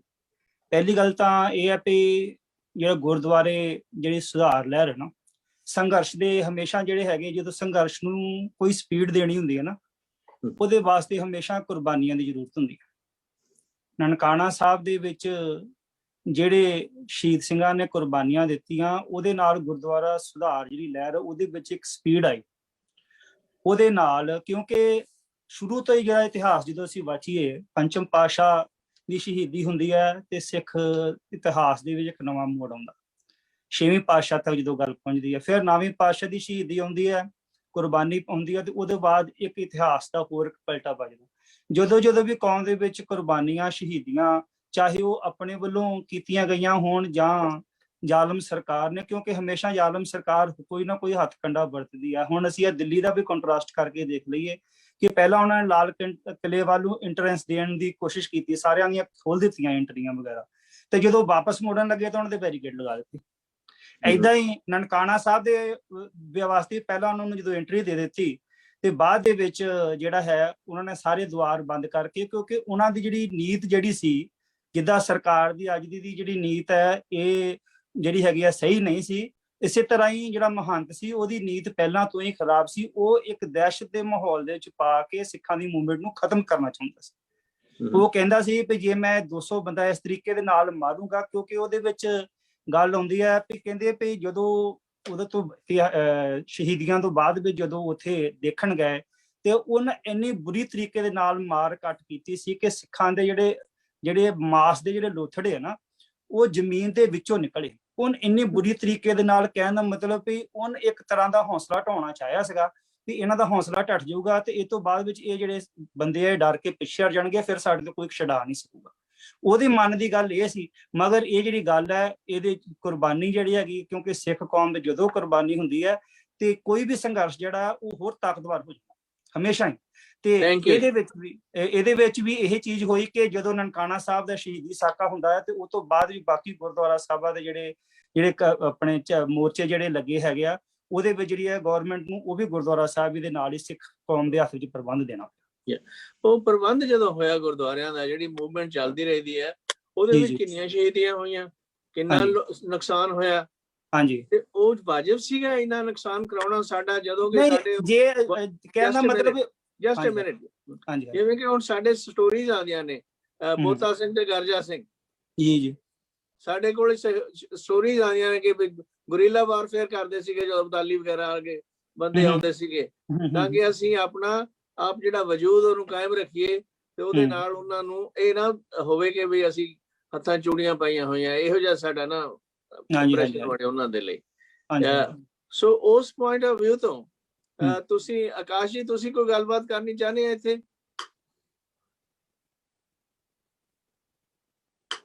Mr. Akash, I'm going to go back to Dr. Kala Singh again then. Dr. Kala Singh ji, I can't hear. Unmute karo yourself please. Apna unmute karo. Hello? In the meantime, chalo bhai sahab, ਤੁਸੀਂ ਗਿਆਨੀ ਸੁਚੇਤ ਸਿੰਘ, ਤੁਸੀਂ ਆਪਣੇ ਵਿਚਾਰ ਦੱਸੋ ਹੋਰ ਇੱਥੇ। ਆਗੇ ਹਾਂਜੀ ਜੀ ਕੋਈ ਨਹੀਂ, ਆਓ ਜੀ, ਆਓ ਪਲੀਜ਼, ਆਓ ਕਰੋ ਗੱਲ ਸੇ ਪਲੀਜ਼। ਹਾਂਜੀ, ਵਿਚਾਰ ਮੈਂ ਸਾਰੇ ਦੇ ਸੁਣੇ ਨੇ, ਵੈਸੇ ਸਾਰੇ ਦੇ ਵਿਚਾਰ ਜਿਹੜੇ ਨੇ they are very very important. ਤੇ ਜੋ ਵਿਚਾਰ ਆਇਆ ਵਾ ਵੀ ਸ਼ਹੀਦੀਆਂ ਦੇ ਬਾਅਦ ਮਤਲਬ ਕਿ ਜਿਹੜੀ ਮੂਵਮੈਂਟ ਹੁੰਦੀ ਆ ਉਹਨੂੰ ਥੋੜਾ ਜਿਹਾ ਜੋਰ ਮਿਲਦਾ ਆ। ਦੇਖੋ, ਜਦੋਂ ਗੁਰੂ ਅਰਜਨ ਪਾਤਸ਼ਾਹ ਦੀ ਸ਼ਹੀਦੀ ਹੋਈ ਆ, ਉਸ ਵਕਤ ਸਿੱਖ ਜਿਹੜੇ ਸੀ ਜੁਝਾਰੂ ਨਹੀਂ ਸੀਗੇ ਹਿੱਲੇ ਹੋਏ। ਔਰ ਜਦੋਂ ਪਤਾ ਹੈ ਕਿ ਵੈਸੇ ਵੀ ਜਦੋਂ ਜੁਝਾਰੂ ਹੋ ਵੀ ਗਏ, ਉਹਦੇ ਬਾਅਦ ਵੀ ਜਦੋਂ ਗੁਰੂ ਤੇਗ ਬਹਾਦਰ ਦੀ ਸ਼ਹੀਦੀ ਹੋਈ ਆ, ਉਸ ਵਕਤ ਵੀ ਮਤਲਬ ਕਿ ਸਿੱਖ ਹਲੇ ਇੰਨੇ ਜੁਝਾਰੂ ਸੀਗੇ ਉਸ ਤੋਂ ਪਹਿਲਾਂ, ਪਰ ਉਹਦੇ ਬਾਅਦ ਉਹ ਮੂਵਮੈਂਟ ਬੰਦ ਹੋ ਗਈ ਸੀਗੀ, ਘਟ ਗਈ ਸੀਗੀ। ਉਹ ਫਿਰ ਗੁਰੂ ਗੋਬਿੰਦ ਸਿੰਘ ਨੇ ਫਿਰ ਦੁਬਾਰਾ ਸ਼ੁਰੂ ਕੀਤੀ ਹੈ। ਉਹਦੇ ਬਾਅਦ ਜਿਹੜੀ ਸ਼ਹੀਦੀਆਂ ਨਿਹੱਥਿਆਂ ਦੀਆਂ ਕਦੇ ਨਹੀਂ ਹੋਈਆਂ। ਉਹਦੇ ਬਾਅਦ ਪਹਿਲੀ ਵਾਰੀ ਨਿਹੱਥੇ ਸਿੰਘਾਂ ਦੀ ਸ਼ਹੀਦੀ ਜਿਹੜੀ ਆ ਉਹ ਜੈਤੋ ਮੋਰਚਾ, ਨਨਕਾਣਾ ਸਾਹਿਬ ਮੋਰਚੇ ਦੇ ਬਾਅਦ ਹੋਈ ਹੈ। ਹਾਂਜੀ ਹਨਾ। ਤੇ ਜੇ ਅਸੀਂ ਕਿਤੇ ਮੈਂ ਮੰਨਦਾ ਕਿ ਹੋ ਸਕਦਾ ਆ, ਦੇयर ਇਜ਼ ਅ ਪੋਸੀਬਿਲਿਟੀ ਕਿ ਉਸ ਵਕਤ ਸ਼ਾਇਦ ਲੜਾਈ ਹੋ ਜਾਂਦੀ ਬੰਦਾ ਦੇ ਨਾਲ, ਪਰ ਜਦੋਂ ਅਸੀਂ ਇਸ ਨੂੰ ਦੇਖਦੇ ਹਾਂ ਕਿ ਕਿਸ ਤਰੀਕੇ ਨਾਲ ਇਹ ਲੜਾਈ ਕਿੱਦਾਂ ਸ਼ੁਰੂ ਹੋਈ, ਕਿੱਦਾਂ ਖਤਮ ਹੋਈ, ਕਿ ਅੰਗਰੇਜ਼ ਡਰ ਗਿਆ ਕਿ ਜੇ ਇਹਨਾਂ ਦੋਨਾਂ ਦੇ ਲੜਾਈ ਹੋਗੀ ਤਾਂ ਬਹੁਤ ਖੂਨ ਖਰਾਬਾ ਹੋਏਗਾ, ਇਹਦੇ ਨਾਲ ਬਹੁਤ ਬਦਨਾਮੀ ਹੋਏਗੀ। ਉਹਨੇ ਉਸੇ ਵੇਲੇ ਹੀ ਚਾਬੀਆਂ ਦਾ ਜਿਹੜਾ ਸੀਗਾ ਮਹੰਤਾਂ ਕੋਲ ਲੈ ਕੇ ਦੇ ਦਿੱਤੀ। So there was a possibility ਕਿ ਇੰਨੀਆਂ ਜਿਹੜੀਆਂ ਸ਼ਹੀਦੀਆਂ ਜਿਹੜੀਆਂ ਹੋਈਆਂ ਨੇ ਉਹ ਰੋਕੀਆਂ ਜਾ ਸਕਦੇ ਸੀਗੀਆਂ। And we cannot compare this with the ਸ਼ਹੀਦੀਜ਼ ਆਫ ਗੁਰੂ ਅਰਜਨ ਪਾਤਸ਼ਾਹ ਐਂਡ ਗੁਰੂ ਬਹਾਦਰ ਜੀ। ਨਹੀਂ ਬਸ ਪਰ ਉਸ ਤੋਂ ਬਾਅਦ ਜਿਹੜੀਆਂ ਦੀ ਮੂਵਮੈਂਟ ਚੱਲਦੀ ਰਹੀ ਉਹ ਵੀ ਨਾਨ ਵਾਇਲੈਂਸ ਤਰੀਕੇ ਨਾਲ ਹੀ ਚੱਲਦੀ ਰਹੀ ਤੇ ਉਹਦੇ ਵਿੱਚ ਵੀ ਬਹੁਤ ਮਾਰਕਟਾਈ ਹੋਈ ਗੁਰਦੁਆਰੇ ਰਿਲੀਜ਼ ਕਰਨ ਦੇ ਲਈ। ਹਾਂਜੀ, ਤੇ ਉਦੋਂ ਅਸੀਂ ਕੋਈ ਨਨਕਾਣਾ ਸਾਹਿਬ ਦੇ ਮੂਵਮੈਂਟ ਤੋਂ ਲੈਸਨ ਨਹੀਂ ਸਿੱਖਿਆ ਕਿ ਵੀ ਸਾਨੂੰ ਹਥਿਆਰਬੰਦ ਵੀ ਹੋਣ ਦੀ ਲੋੜ ਹੈ, ਜਿਵੇਂ ਕਿ ਸਾਡੀਆਂ ਮਿਸਲਾਂ ਨੇ ਕੀਤਾ, ਜਿਵੇਂ ਸਾਡੇ ਗੁਰੀਲਾ ਲੜਾਈਆਂ ਕੀਤੀਆਂ, ਤਾਂ ਕਿ ਹਮੇਸ਼ਾ ਲੋਕਾਂ ਦਾ ਜਿਹੜਾ ਗਵਰਨਮੈਂਟ ਦੇ ਮੂਹਰੇ ਤੇ ਝੁਕਦੇ ਨਹੀਂ ਹੈ ਸਿੱਖ। ਦੈਟਸ ਵਾਟ ਸਾਨੂੰ ਮਹਾਰਾਜ ਨੇ ਸਿਖਾਇਆ ਸੀਗਾ। ਤੇ ਪਰ ਅਸੀਂ ਕੀ ਕਰਦਾ, ਹਥਿਆਰ ਪਰੇ ਦੇ ਪਰੇ ਮੰਗਾ ਕੇ ਸਿੱਟ ਕੇ ਆਪਣੇ ਬਹਿ ਜਾਂਦੇ ਹੈਗੇ ਆ ਉੱਥੇ ਉਹਨਾਂ ਨੂੰ ਮਾਰਕਟਾਈਜ਼ ਸਹਿਣ ਦੇ ਲਈ। ਆਈ ਮੀਨ ਇਜ਼ ਦੈਟ ਦ ਸਿੱਖ ਵੇ? ਇਹ ਤਾਂ ਗਾਂਧੀਅਨ ਵੇ ਲੱਗਦਾ ਮੈਨੂੰ, ਨਾ ਕਿ ਸਿੱਖ ਵੇ ਲੱਗਦਾ। ਇਹਦੇ ਬਾਬਤ ਦੱਸੋ ਵਿਚਾਰ ਆਪਣੇ ਡਾਕਟਰ ਬਾਸੂ, ਤੁਸੀਂ ਹੋਰ ਕੁਝ ਰੋਸ਼ਨੀ ਪਾਓ ਇਹਦੇ ਤੇ।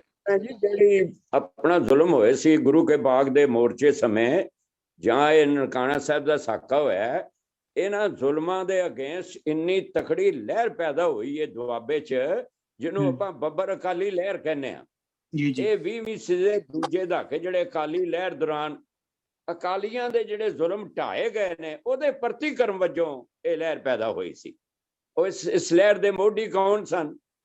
ਕਿਸ਼ਨ ਸਿੰਘ ਗੜਗੱਜ, ਪਿੰਡ ਵੇੜੰਗ ਦਾ ਸੀ, ਜ਼ਿਲ੍ਹਾ ਜਲੰਧਰ। ਇਸ ਤਰ੍ਹਾਂ ਬਾਪੂ ਸੰਤਾ ਸਿੰਘ, ਇਹ ਦੋਵੇਂ ਰਿਟਾਇਰਡ ਫੌਜੀ ਸਨ। ਬੱਬਰਾਂ ਨੇ ਬੱਬਰ ਅਕਾਲੀ ਨਾਂ ਦਾ ਅਖਬਾਰ ਵੀ ਜਾਰੀ ਕੀਤਾ ਔਰ 1 ਸਤੰਬਰ 1922 ਨੂੰ ਪਿੰਡ ਬਬੇਲੀ, ਜ਼ਿਲ੍ਹਾ ਕਪੂਰਥਲਾ ਵਿਖੇ ਅੰਗਰੇਜ਼ੀ ਪੁਲਿਸ ਨਾਲ ਜ਼ਬਰਦਸਤ ਮੁਕਾਬਲਾ ਹੋਇਆ, ਜਿਸ ਵਿੱਚ ਭਾਈ ਦੌਲਤ ਸਿੰਘ ਦੌਲਤਪੁਰੀ, ਸਰ ਉਦੈ ਸਿੰਘ, ਬਿਸ਼ਨ ਸਿੰਘ ਮਾਂਗਟ ਔਰ ਮਹਿੰਦਰ ਸਿੰਘ ਤੇ ਇੱਕ ਹੋਰ ਬੱਬਰ ਸ਼ਹੀਦ ਹੋਏ। ਇਸ ਤਰ੍ਹਾਂ ਇਹ ਲਹਿਰ ਜਿਹੜੀ ਹੈ ਇਹ ਬਹੁਤ ਤੇਜ਼ੀ ਨਾਲ ਚੱਲੀ ਔਰ ਬਹੁਤ ਹੀ ਅੱਗੋਂ ਪੁਲਿਸ ਨੇ ਇੱਕ ਵਾਰੀ ਮੰਡੇਰ ਜ਼ਿਲ੍ਹਾ ਹੈ ਕੋਈ ਜਲੰਧਰ, ਉੱਥੇ ਇੱਕ ਮਕਾਨ ਦੇ ਚੁਬਾਰੇ 'ਚ ਮੋਰਚਾ ਲਾਇਆ ਔਰ ਭਾਈ ਨੱਥਾ ਸਿੰਘ, ਜਵਾਲਾ ਸਿੰਘ ਤੇ ਬੰਤਾ ਸਿੰਘ ਧਾਮੀਆਂ ਪੁਲਿਸ ਨੇ ਬਾਹਰੋਂ ਅੱਗ ਲਗਾ ਕੇ ਜਿੰਦਿਆਂ ਹੀ ਸਾੜ ਦਿੱਤਾ ਸੀ ਇਹਨਾਂ ਨੂੰ। ਇਹਨਾਂ ਵਿੱਚੋਂ ਭਾਈ ਬਰਿਆਮ ਸਿੰਘ ਬੱਬਰ ਵਰਦੀ ਅੱਗ ਤੇ ਗੋਲੀ 'ਚੋਂ ਬਾਹਰ ਨਿਕਲ ਗਿਆ ਸੀ। ਇਸ ਤਰ੍ਹਾਂ ਇਸ ਲਹਿਰ ਵਿੱਚ 91 ਸਰਗਰਮ ਕਾਰਕੁਨ ਸਨ। 1923 ਵਿੱਚ ਫਿਰ ਇਹ ਗ੍ਰਿਫਤਾਰ ਕੀਤੇ ਗਏ ਔਰ ਇਹਨਾਂ ਤੇ ਮੁਕੱਦਮੇ ਹੋਏ। 2.5 ਸਾਲ ਮੁਕੱਦਮਾ ਚੱਲਿਆ ਔਰ ਕਈਆਂ ਨੂੰ ਫਾਂਸੀਆਂ ਹੋਈਆਂ ਔਰ 7 ਸਾਲ ਕੈਦ ਹੋਈ। 38 ਬੱਬਰਾਂ ਨੂੰ 2 ਮਹੀਨੇ ਤੋਂ ਲੈ ਕੇ 7 ਸਾਲ ਦੀ ਕੈਦ ਹੋਈ ਔਰ 10 ਬੱਬਰਾਂ ਨੂੰ ਕਾਲੇ ਪਾਣੀ ਦੀ ਸਜ਼ਾ ਤੇ 34 ਬਰੀ ਹੋ ਗਏ ਸਨ। ਇਸ ਤਰ੍ਹਾਂ ਇਹ ਜਿਹੜੀਆਂ ਇੱਕ ਰਿਐਕਸ਼ਨਸ ਹੁੰਦੇ ਰਹਿੰਦੇ ਨੇ। ਮਨੁੱਖ ਜਿਹੜਾ ਉਹਦਾ ਸੁਭਾਅ ਵੀ ਇਹੀ ਹੈ ਕਿ ਜੇ ਅਗਲਾ ਨਹੀਂ ਮੰਨਦਾ ਤੇ ਫਿਰ ਹਰ ਕੌਮ ਵਿੱਚ ਉਹ ਜਿਹੜੇ ਬੱਬਰ ਪੈਦਾ ਹੋ ਜਾਂਦੇ ਨੇ। ਇਹ ਫਿਰ ਜਿੱਦਾਂ ਦੇਖ ਲਓ ਕਿ ਜੇ ਬਲੂ ਸਟਾਰ ਹੋਇਆ ਤੇ ਉਸ ਤੋਂ ਬਾਅਦ ਸੰਤ ਜਿਹੜੇ ਜਰਨੈਲ ਸਿੰਘ ਭਿੰਡਰਾਂਵਾਲੇ ਜਦੋਂ ਸ਼ਹੀਦ ਹੋ ਗਏ ਤੇ 84 ਤੋਂ ਲੈ ਕੇ 90 ਤੱਕ 1984 ਤੋਂ 90 ਤੱਕ 6 ਸਾਲ ਪੰਜਾਬ ਵਿੱਚ ਜਿਹੜੇ ਭਿੰਡਰਾਂਵਾਲੇ ਦੇ ਜਿਹੜੇ ਸਾਥੀ ਸਨ, ਇਹ ਸੁਖਦੇਵ ਸਿੰਘ ਬੱਬਰ ਵਗੈਰਾ, ਹੋਰ ਜਿਹੜੇ ਮਾਨੋਚਾਲ ਵਗੈਰਾ, ਜਿਹੜੇ ਉਹਨਾਂ ਨੇ ਲੈਫਟੀਨੈਂਟ ਜਨਰਲ ਬਣਾਏ ਹੋਏ ਸੀ ਹਰ ਇਲਾਕੇ ਦੇ, ਉਹ 6 ਸਾਲ ਲੜਦੇ ਰਹੇ, ਫਿਰ ਸ਼ਹੀਦ ਹੋਏ ਨੇ। 90 ਚ ਅੰਤ ਤੱਕ ਇਹ ਜਿਹੜੀ ਲਹਿਰ ਹੈ ਜਿਹੜੀ ਜਰਨੈਲ ਸਿੰਘ ਭਿੰਡਰਾਂਵਾਲੇ ਦੀ ਸੀ ਉਹਨੂੰ ਸਮਾਪਤ ਹੋਈ ਹੈ 90 ਤੱਕ ਜਾ ਕੇ। ਇਹ ਕੌਮ ਦੇ ਵਿੱਚ ਦੇਖੋ ਮਨੁੱਖ ਦੇ ਸੁਭਾਅ ਚ ਹੈ। ਇਹ ਠੀਕ ਹੈ ਕਿ ਪੀਸਫੁਲ ਰਹਿਣ ਨਾਲ ਦੇਖੋ ਪੀਸਫੁਲ ਉੱਥੇ ਠੀਕ ਹੁੰਦਾ ਜਿੱਥੇ ਸੈਂਸਿਟਿਵ ਗਵਰਨਮੈਂਟਾਂ ਹੋਣ, ਜਿੱਥੇ ਗਵਰਨਮੈਂਟਾਂ ਸੰਵੇਦਨਸ਼ੀਲ ਹੋਣ। ਜਿਹਨੇ ਅੰਗਰੇਜ਼ ਸੀ ਉਹਦੇ ਬਾਰੇ ਕਿਹਾ ਜਾਂਦਾ ਹੈ ਕਿ ਅੰਗਰੇਜ਼ ਸੰਵੇਦਨਸ਼ੀਲ ਸੀਗਾ। ਜੇ ਮਹਾਤਮਾ ਗਾਂਧੀ ਸਤਰਾ ਕਰਦਾ ਸੀ ਤਾਂ 20-25 ਦਿਨ ਬਾਅਦ ਅੰਗਰੇਜ਼ ਸਮਝੌਤਾ ਕਰ ਲੈਂਦਾ ਸੀ, ਕੋਈ ਨਾ ਕੋਈ ਦੇ ਲੈ ਕੇ ਕੰਪਰੋਮਾਈਜ਼ ਕਰ ਲੈਂਦਾ ਸੀ, ਸੈਂਸਿਟਿਵ ਸੀ। ਪਰ ਹੁਣ ਦੀਆਂ ਗਵਰਨਮੈਂਟਾਂ ਜਿਹੜੀਆਂ ਨੇ 1947 ਤੋਂ ਬਾਅਦ ਕਾਂਗਰਸ ਜਾਂ ਹੁਣ ਦੀਆਂ ਗਵਰਨਮੈਂਟਾਂ ਬਣੀਆਂ ਨੇ ਸੈਂਸਿਟਿਵ ਗਵਰਨਮੈਂਟਾਂ ਨਹੀਂ ਨੇ। ਥੈਂਕ ਯੂ ਜੀ। ਚਲਾਕ ਨੇ। ਹਾਂਜੀ ਇਹ ਸੈਂਸਿਟਿਵ ਜਿਹੜਾ ਅਸੀਂ ਸਤਰਾ ਕਰਦੇ ਹਾਂ, ਅਸੀਂ ਜ਼ੁਲਮ ਆਪਣੇ ਸਰੀਰ ਤੇ ਸਹਿਨੇ ਆ, ਇਹ ਸੈਂਸਿਟਿਵ ਨਹੀਂ ਹੈਗੀਆਂ। ਉਹ ਸਗੋਂ ਕਈ ਵਾਰੀ ਮਖੌਲ ਹੀ ਉਡਾਉਂਦੇ ਨੇ। 200 ਕਿਸਾਨ ਸ਼ਹੀਦ ਹੋ ਚੁੱਕਾ ਹੈ ਔਰ ਕਿਸੇ ਨੇ ਕੋਈ thank you doctor Basu, thank you. ਤੁਸੀਂ ਪੁਆਇੰਟ ਵਿਜੇਂਦਰ ਸਿੰਘ ਜੀ ਤੁਹਾਡਾ ਕੋਈ ਵਿਚਾਰ ਹੋਵੇ? यही सब मैं तो अब ट्रेनिंग ही ले रहा हूँ एक तरह से आप लोगों में, बड़ा इंटरेस्टिंग मुझे लग रहा है। मैं थोड़ा सा ये बता दूं कि मैं लॉ एंड ऑर्डर से डील करने वाला आदमी रहा, और जब इंदिरा जी का असैसिनेशन हुआ था उस वक्त एक ऐसे जिले में मैं एसपी था जब जहाँ बड़े माफियाओं का राज था। तो ये जो हालात हैं इनको बड़े गौर से मुझे देखने को मिला है। और जिस तरह से मैं अभी कुछ समय पहले ये देख रहा था कि 27 कानून मजदूरों के खारिज किए गवर्नमेंट ने, इतना बड़ा लेफ्ट आंदोलन चला था आजादी से पहले भी, आजादी के बाद में भी कोई मुकाबला नहीं कर पाया। इस बार ये पहला जो किसान आंदोलन हुआ है, इस आंदोलन में गवर्नमेंट को ये रियलाइज हुआ है कि कोई विरोध कर सकता है गलत चीजों का। तो ये जो सिख हिस्ट्री है बड़ी क्रांतिकारी इतिहास रहा है। और ये कि मेरी दिलचस्पी इसलिए है कि मैं तो खैर उस परंपरा से में भी पैदा हुआ। ये समतावादी परंपरा है, एक एंटी कास्ट कल्चर है, ये जालिमों के खिलाफ कल्चर है। लेकिन मैंने देखा जो आप नानकाना साहब की बात कर रहे थे, ये लोग घुसने में सफल जो घुसपैठिए हुए गुरुद्वारों में और जिनके खिलाफ आंदोलन चलाना पड़ा, वो एक ऐसी परिस्थिति थी कि मेरे ख्याल से सिख कौमी थी जो कि उनको निकाल के बाहर करके एसजीपीसी का किया। वरना आज अगर उनको निकाल के बाहर ना किया होता तो मेरे ख्याल से सिखिज्म को हजम कर गए होते वो लोग जिनके खिलाफ जिस विषमतावादी परंपरा से सिख धर्म का जन्म हुआ। तो मैं बड़ा खुशकिस्मत हूँ आज आप लोगों के साथ में मुझे सुनने को मिला, और अच्छी ट्रेनिंग दीजिए मुझे भी। तो मैं अपनी यहाँ आजकल केंटुकी में बेटी के पास हूँ, और मैं बड़ा ये मेघराज जी की thank you, we appreciate your participation. हैं जी जी I am so grateful. Thank you, you are so welcome. ਤੇ ਫਿਰ ਹਾਂਜੀ ਅਗੇਨ ਗੋਇੰਗ ਬੈਕ ਟੂ ਜਿਵੇਂ ਹੁਣ ਸਾਡੇ ਪਾਰਟੀਸ਼ਨ ਹੋ ਜਾਂਦੀ ਹੈ, ਅਸੀਂ ਉਹਦੇ ਗੁਰਦੁਆਰਾ ਰਿਫਾਰਮ ਮੂਵਮੈਂਟ ਵੀ ਜਿਹੜੀ ਪੈਦਾ ਹੋਈ ਉਹਦੇ ਵਿੱਚ ਠੀਕ ਹੈ ਨਾਨ ਵਾਇਲੈਂਸ ਯੂਜ਼ ਕਰਦੇ ਰਹੇ। ਈਵਨ ਜਦੋਂ ਅਸੀਂ ਪਾਕਿਸਤਾਨ ਵੀ ਛੱਡ ਕੇ ਆਏ ਆ ਤੇ ਇਧਰਲੇ ਪਾਸੇ ਆਏ ਆ ਸਾਰੇ, ਕਿਉਂ ਨਹੀਂ ਪਾਕਿਸਤਾਨ 'ਚ ਡਟ ਕੇ ਮੁਕਾਬਲਾ ਕੀਤਾ, ਬਜਾਏ ਇਹਦੇ ਕਿ ਖੂਹਾਂ ਛਾਲਾਂ ਮਾਰ ਕੇ ਅਸੀਂ ਸ਼ਹੀਦੀਆਂ ਪ੍ਰਾਪਤ ਕੀਤੀਆਂ ਜਾਂ ਆਪਣੇ ਆਪ ਨੂੰ।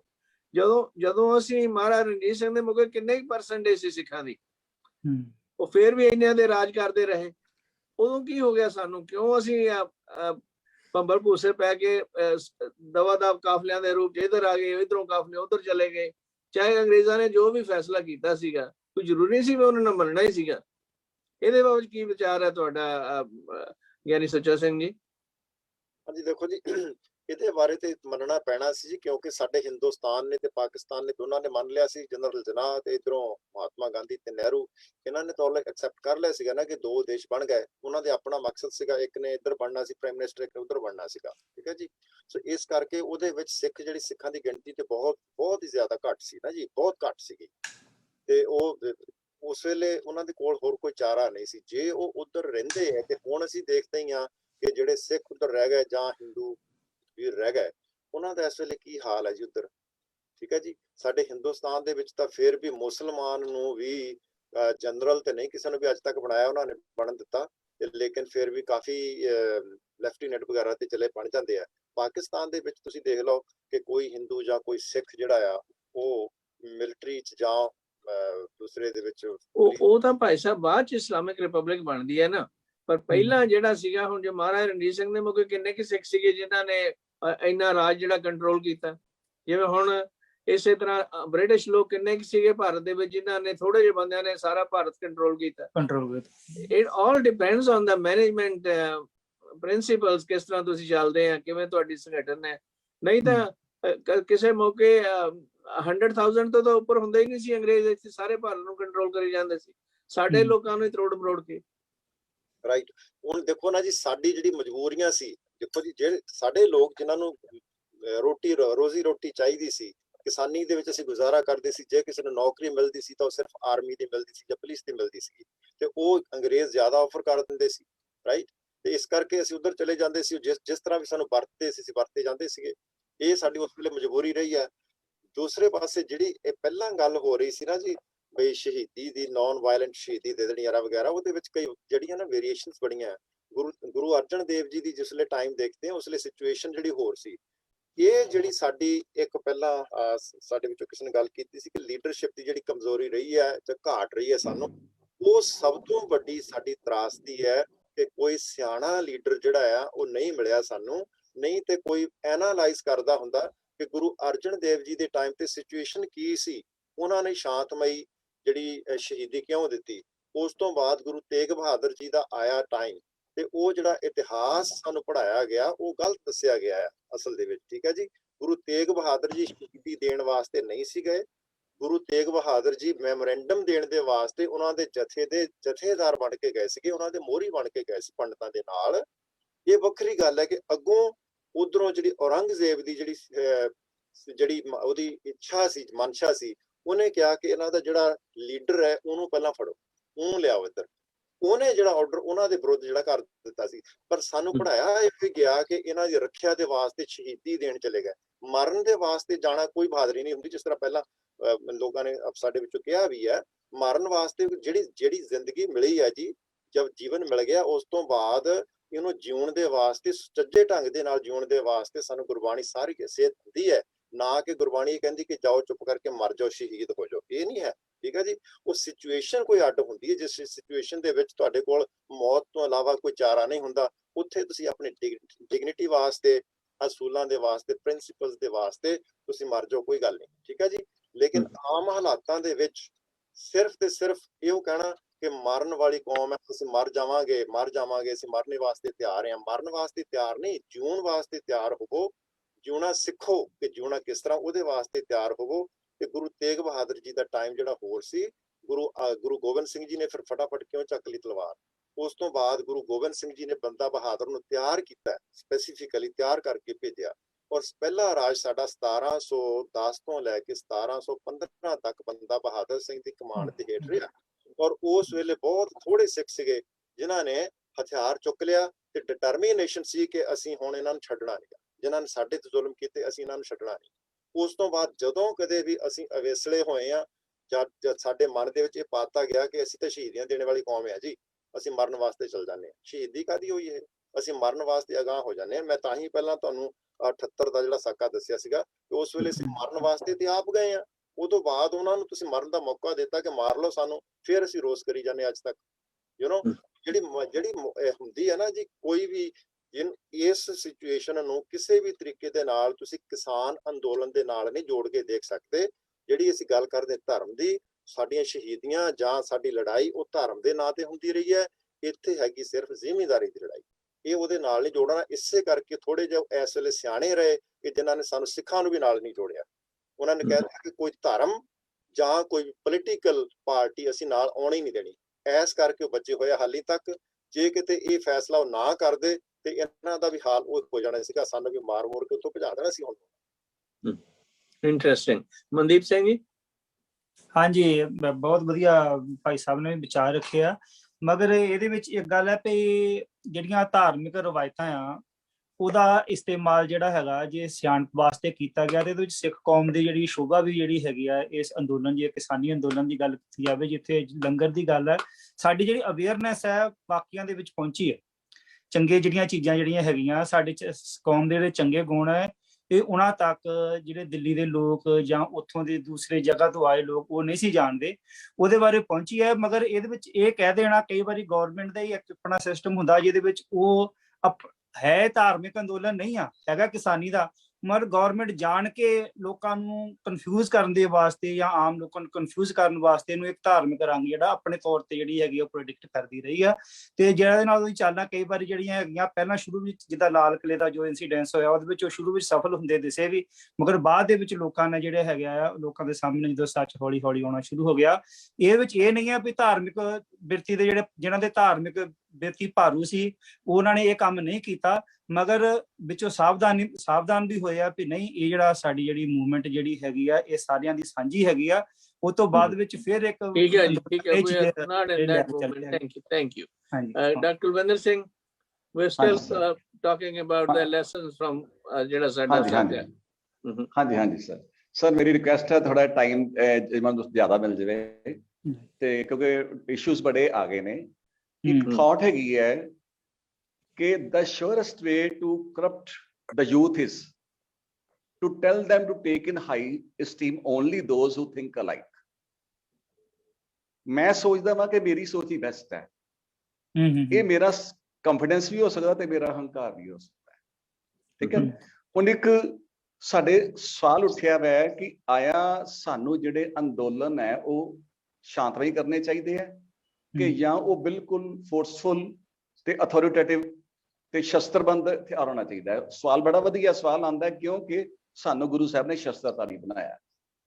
ਪਰ ਮੈਨੂੰ ਇੱਕ ਪੰਕਤੀ ਯਾਦ ਆ ਗਈ ਕਿ ਈਵਨ ਗੁਰੂ ਸਾਹਿਬ ਵੀ ਜਦੋਂ ਲੜਾਈ ਕਰਦੇ ਸਨ ਨਾ, ਤੇ ਇੱਕ ਪੰਕਤੀ ਆਉਂਦੀ ਹੈ, ਜਬੈ ਬਾਣ ਲਾਗਿਓ ਤਬੈ ਰੋਸ ਜਾਗਿਓ। ਕਿਉਂ ਕਿ ਜੇਕਰ ਤੁਸੀਂ ਸਿੱਧਾ ਸ਼ਸਤਰ ਚੁੱਕ ਲੈਂਦੇ ਹੋ ਨਾ, ਤੇ ਕੋਈ ਮੂਵਮੈਂਟ ਪਬਲਿਕ ਸਪੋਰਟ ਤੋਂ ਬਿਨਾਂ ਕਾਮਯਾਬ ਨਹੀਂ ਹੁੰਦੀ। ਯੈਸ, ਮੈਸੇਜ ਦੇਣਾ ਬਹੁਤ ਜ਼ਰੂਰੀ ਹੁੰਦਾ ਹੈ ਕਿ ਇਹ ਜੋ ਅਸੀਂ ਕੰਮ ਕਰ ਰਹੇ ਹਾਂ ਇਹ ਬਹੁਤ ਜ਼ਰੂਰੀ ਹੈ।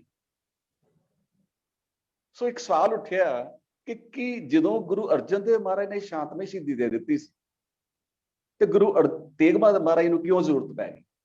ਸ਼ਾਇਦ ਇਸੇ ਲਈ ਮੇਰੇ ਵੀਰ ਜੀ ਦੇ ਮਨ 'ਚ ਸਵਾਲ ਆਇਆ ਕਿ ਗੁਰੂ ਤੇਗ ਬਹਾਦਰ ਜੀ ਦੀ ਸ਼ਹੀਦੀ ਵੋਲੰਟਰੀ ਨਹੀਂ ਸੀ ਹੈਗੀ, ਪਰ ਜਿਹੜਾ ਮੇਰਾ ਵਿਚਾਰ ਹੈ ਇਟ ਵਾਸ ਟੋਟਲੀ ਵੋਲੰਟਰੀ ਸ਼ਹੀਦੀ।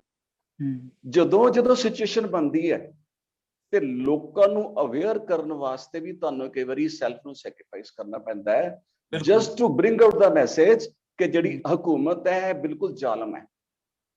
ਔਰ ਜਦੋਂ ਕਰੋੜਾਂ ਬੰਦੇ ਦੇ ਕੈਰੀਅਰ ਦਾ ਸਵਾਲ ਹੋਵੇ ਤੇ 200 ਕੀ ਨਨਕਾਣਾ ਸਾਹਿਬ ਦੇ 2000 ਜਾਂ 2 ਲੱਖ ਸ਼ਹੀਦੀਆਂ ਵੀ ਜ਼ਿਆਦਾ ਨਹੀਂ ਹੁੰਦੀਆਂ। ਅਸੀਂ ਕੇਵਲ ਗਿਆਨੀ ਬੰਦੇ ਦਿਮਾਗੀ ਤੌਰ ਤੇ ਸੋਚਦੇ ਹਾਂ, ਅਸੀਂ ਕਦੇ ਕੋਈ ਮੂਵਮੈਂਟ ਨਹੀਂ ਫੇਸ ਕੀਤੀ ਹੁੰਦੀ, ਕਦੇ ਕੋਈ ਸਿਚੁਏਸ਼ਨ ਨਹੀਂ ਫੇਸ ਕੀਤੀ ਹੁੰਦੀ, ਠੀਕ ਹੈ। ਸਾਡੇ 'ਚ ਮਿਸਟਰ ਕਾਲਾ ਸਿੰਘ ਜੀ ਬੈਠੇ ਨੇ, ਨਹੀਂ ਆਪਣੇ ਜਿਹੜੇ ਬੈਠੇ ਨੇ ਜਿਹੜੇ ਐਸਪੀ ਰਿਟਾਇਰ ਹੋਏ ਨੇ, no he is on the other side. ਉਹਨਾਂ ਨੇ ਕੰਟਰੋਲ ਕੀਤਾ, ਉਹਨਾਂ ਨੂੰ ਪਤਾ ਹੈ ਕਿ ਫੋਰਸ ਹੁੰਦੀਆਂ ਵੀ ਪੁਲਿਸ ਕੋਲ, ਜਦੋਂ ਉਹਨਾਂ ਨੇ ਕੰਟਰੋਲ ਕਰਨਾ ਹੁੰਦਾ ਤਾਂ ਬੜੀ ਸਟ੍ਰੈਟਜੀ ਯੂਜ਼ ਕਰਨੀਆਂ ਪੈਂਦੀਆਂ। ਫੋਰਸਿਸ ਸਾਰੇ ਸ਼ਸਤਰ ਹੁੰਦੀਆਂ ਵੀ ਸਟ੍ਰੈਟਜੀ ਤੋਂ ਬਿਨਾਂ ਕਦੇ ਪਬਲਿਕ ਨੂੰ ਕੰਟਰੋਲ ਨਹੀਂ ਕਰਦੀਆਂ। ਸੋ ਮੈਂ ਜੋ ਵਿਸ਼ੂ ਲਿਆਣਾ ਚਾਹੁੰਦਾ ਸਾਂ ਕਿ ਮੂਵਮੈਂਟ ਕਿਸੇ ਨੂੰ ਵੀ ਅੰਡਰਮਾਈਨ ਕਰਨਾ ਠੀਕ ਨਹੀਂ ਹੁੰਦਾ। ਜਿਹੜੀ ਸ਼ਾਂਤਮਈ ਮੂਵਮੈਂਟ ਹੁੰਦੀ ਹੈ ਉਹ ਹੁੰਦੀ ਜਿਹੜੇ ਆਮ ਪ੍ਰਾਣੀ ਮਾਤਰ ਹੈ ਨਾ, ਉਹਨਾਂ ਨੂੰ ਇਨਵੋਲਵ ਕਰਨ ਵਾਸਤੇ ਹੁੰਦੀ ਹੈ। ਹਰ ਬੰਦਾ ਸ਼ਹੀਦ ਨਹੀਂ ਹੋ ਸਕਦਾ, ਸ਼ਹੀਦੀ ਬਹੁਤ ਵੱਡੀ ਚੀਜ਼ ਹੈ, ਲੇਕਿਨ ਜੇ ਤੁਸੀਂ ਕਿਸੇ ਇਸ਼ੂ ਤੇ ਆਵਾਜ਼ ਵੀ ਉਠਾਉਂਦੇ ਹੋ ਦੈਟ ਇਜ਼ ਇੰਪੋਰਟੈਂਟ। ਕਿੱਦਾਂ ਹੈ? ਮੂਵਮੈਂਟ 2 ਚੀਜ਼ਾਂ ਨਾਲ ਚੱਲਦੀ ਹੈ, one is quantity, one is quality. Quality ਸ਼ਹੀਦ ਨੇ ਦੇਣੀ ਹੈ, ਲੇਕਿਨ ਕੁਆਂਟੀਟੀ ਰੋਲੇ ਰੱਪੇ ਨੇ ਦੇਣੀ ਹੈ। ਜਿਹੜਾ ਸ਼ਾਂਤਮਈ ਅੰਦੋਲਨ ਹੈ ਨਾ ਉਹ ਹਮੇਸ਼ਾ ਕੁਆਂਟੀਟੀ ਦਿੰਦਾ ਹੈ, ਔਰ ਕੁਆਂਟੀਟੀ ਵਿੱਚੋਂ ਹੀ ਕੁਆਲਿਟੀ ਨਿਕਲਦੀ ਹੈ। ਸੋ ਜੇ ਪਲੀਜ਼ ਇੱਕ ਮਿੰਟ, ਜੇਕਰ ਹਿੰਦੁਸਤਾਨ ਦੀ ਸ਼ਹੀਦੀ ਦੀ ਗੱਲ ਦੀ ਆਜ਼ਾਦੀ ਦੀ ਗੱਲ ਕਰ ਲਈਏ ਤੇ ਮੈਂ ਨਾ ਤਾਂ ਬਾਪੂ ਗਾਂਧੀ ਨੂੰ ਘੱਟ ਇੰਪੋਰਟੈਂਟ ਸਮਝਦਾ ਵਾਂ ਤੇ ਨਾ ਮੈਂ ਸ਼ਹੀਦ ਭਗਤ ਸਿੰਘ ਨੂੰ ਘੱਟ ਇੰਪੋਰਟੈਂਟ ਸਮਝਦਾ ਵਾਂ। ਦੋਨੋਂ ਹੀ ਚੀਜ਼ਾਂ ਜ਼ਰੂਰੀ ਹੁੰਦੀਆਂ ਨੇ। ਸੋ ਸਿਮਿਲਰਲੀ ਜਿੰਨੀਆਂ ਵੀ ਚੀਜ਼ਾਂ ਸ਼ਹੀਦੀਆਂ ਨੇ, ਇਹਨਾਂ ਦੇ ਵਿੱਚ ਅਸੀਂ ਇੱਕ ਐਂਗਲ ਤੋਂ ਸੋਚ ਕੇ ਨਹੀਂ ਕਾਮਯਾਬ ਹੋ ਸਕਦੇ, ਸਾਨੂੰ ਸਾਰੇ ਐਂਗਲ ਤੋਂ ਸੋਚਣਾ ਪੈਂਦਾ ਹੈ। ਜੋ ਇਨਸਾਨ ਜੋ ਕੁਝ ਕਰ ਸਕਦਾ ਹੈ ਉਹਨੂੰ ਮੌਕਾ ਮਿਲਦਾ ਹੈ ਤੇ ਉਹਦਾ ਕੋਈ ਰੋਲ ਹੁੰਦਾ ਹੈ।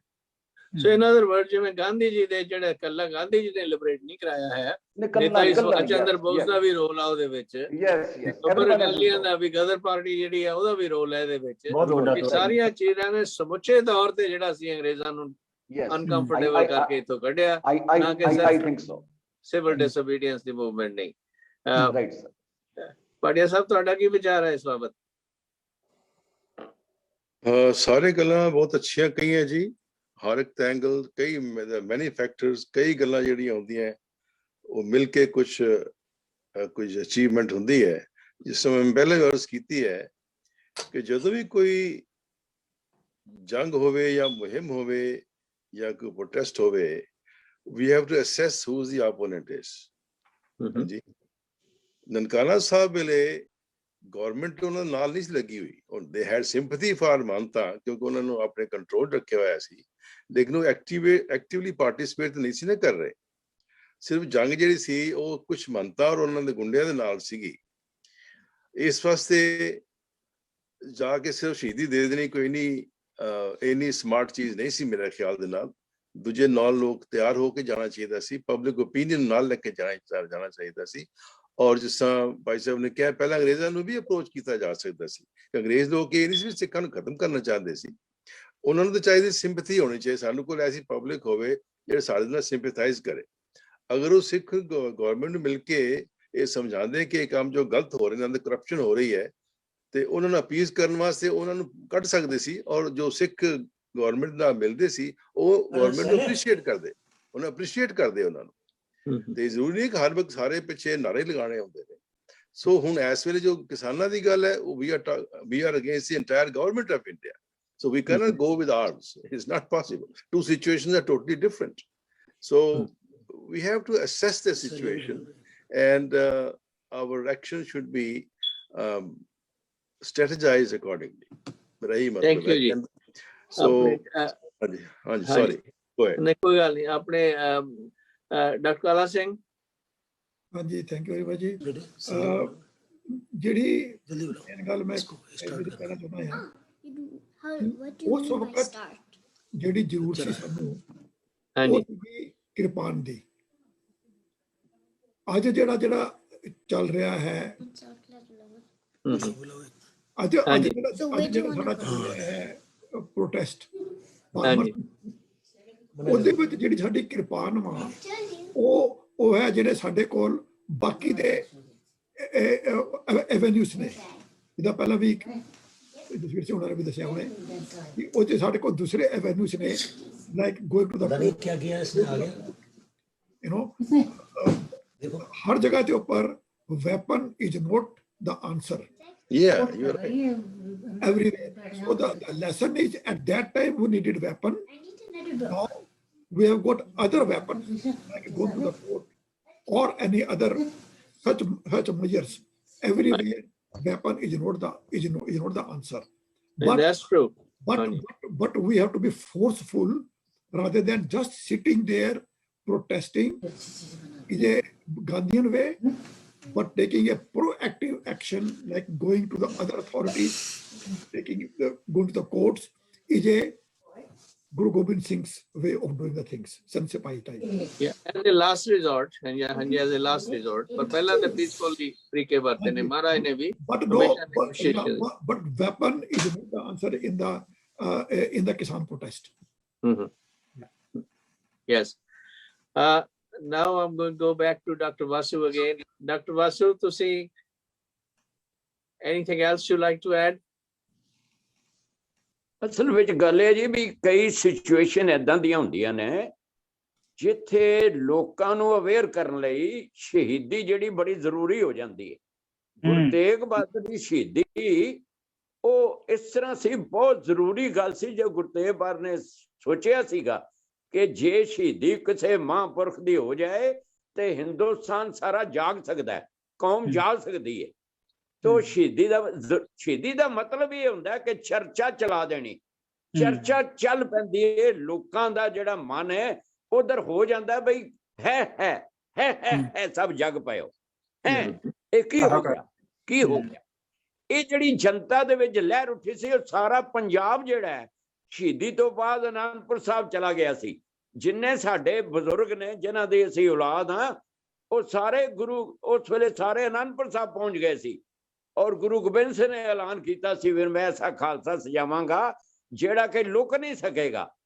ਤੋ ਇਹ ਜਿਹੜੀ ਸ਼ਹੀਦੀਆਂ ਨੇ ਜਾਂ ਨਾਨ ਵਾਇਲੈਂਸ ਹੈ, ਇਹ ਵੀ ਇੱਕ ਹਰ ਲਹਿਰ ਦਾ ਇੱਕ ਹਿੱਸਾ ਹੁੰਦਾ ਹੈ, ਕਿਉਂਕਿ ਲੋਕਾਂ ਨੂੰ ਨਾਲ ਰਲਾਣਾ ਹੁੰਦਾ। ਜਦੋਂ ਅਸੀਂ ਆਪਣੇ ਤੇ ਜ਼ਬਰ ਝੱਲਦੇ ਹਾਂ ਸਰੀਰ ਤੇ, ਉਦੋਂ ਜਿੰਨੇ ਸਰੀਰ ਹੋਰ ਹੁੰਦੇ ਨੇ ਮਨੁੱਖਾਂ ਦੇ, ਉਹਨਾਂ ਵਿੱਚ ਇੱਕ ਗੱਲ ਪੈਦਾ ਹੋ ਜਾਂਦੀ। ਦਰਅਸਲ ਮਨੁੱਖ ਦੀ ਜ਼ਮੀਰ ਜਿਹੜੀ ਹੈ, ਮਨੁੱਖਾਂ ਦੀ ਜ਼ਮੀਰ ਮਰ ਜਾਂਦੀ ਆਮ ਤੌਰ ਤੇ, ਔਰ ਉਸ ਜ਼ਮੀਰ ਨੂੰ ਜਗਾਉਣ ਲਈ ਇਹ ਸ਼ਹੀਦੀਆਂ ਜਿਹੜੀਆਂ ਨੇ ਕੰਮ ਕਰਦੀਆਂ ਨੇ। ਜਦੋਂ ਫਿਰ ਉਹ ਜ਼ਮੀਰ ਜ਼ਹਿਰਾ ਜਾਗਦੀ, ਜਿਵੇਂ ਡਾਕਟਰ ਆਪਣਾ ਕੁਲਵਿੰਦਰ ਸਿੰਘ ਨੇ ਕਿਹਾ कि वो फिर अवेयरनेस इन्नी हो जाती है कि देखो कोई भी गवर्नमेंट जी है हुण अजकल दे जिहड़े हाकम ने ना उन्होंने बड़ा प्लस पॉइंट है वो कहते जी Z प्लस सिक्योरिटी उन्हों की इन्नी सिक्योरिटी है कि वो लोगों का जिहड़ा गुस्सा अगर पैदा भी हुंदा है तो लोग उन्हां तक पहुंच नहीं सकते लोग मारना चाहते हुंदे ने कई लोग पर जिहड़ियां देखो जिन्ने चलाक जिन्नी किसी की ज़ाहिरा सिक्योरिटी उन्ना वो करैक्टर तो हीना वो मनुखता तो हीना जिन्ने मनुखता तो हीने ने जिन्हां विच कोई दर्द नहीं जेड़े बेदर्द इंसान ने उन्हां ते सारा खर्चा किया जा रहा है जां सरहदां ते फौज है जां जालमां नूं बचाउण वाली फौज है इस करके ये बड़ा चलाक और जमाना है जिथे जालम लोग जेड़े ने बड़े सिक्योर हो गए वैसे भोगदे वो भी कैद ही ने जिन्ने हाकम ने वो कैद ही भोगदे ने वो सिक्योरिटियां दी कैद भोगदे ने ते जेड़े हुंदे ने अणखीले वो जेलां विच बैठे ने तो इस करके ये अणखीले लोग ये पैदा हुंदे रहने ने जालम पैदा हुंदे रहने ने क्योंकि मनुख दीयां प्रवृत्तियां इदां रब ने बनाईयां ने कि कईयां दा हंकार वध जाना है कईयां दा लोभ वध जाना है कईयां दा मोह वध जाना है अपने आप नाल ये चलदा रहना है इतिहास इहनूं ही कहंदे ने कि एक पासे जालम नेकी हुंदी एक पासे बदी हुंदी थैंक यू जी हाँ जी बलजिंदर सिंह जी तुसीं कोई होर अपने ऐड करने हुण व्यू बस अब मैं बहुत बहुत शुक्रिया अदा करना चाहता हूँ और मुझे बहुत अच्छा लगा आपकी ये मीटिंग में अगली बार मुझे पता नहीं था मैं कुछ सोच विचार करके आऊंगा आप लोगों के बीच थैंक यू जी we really appreciate your participation thank you going back to Gyani Sachcha Singh जी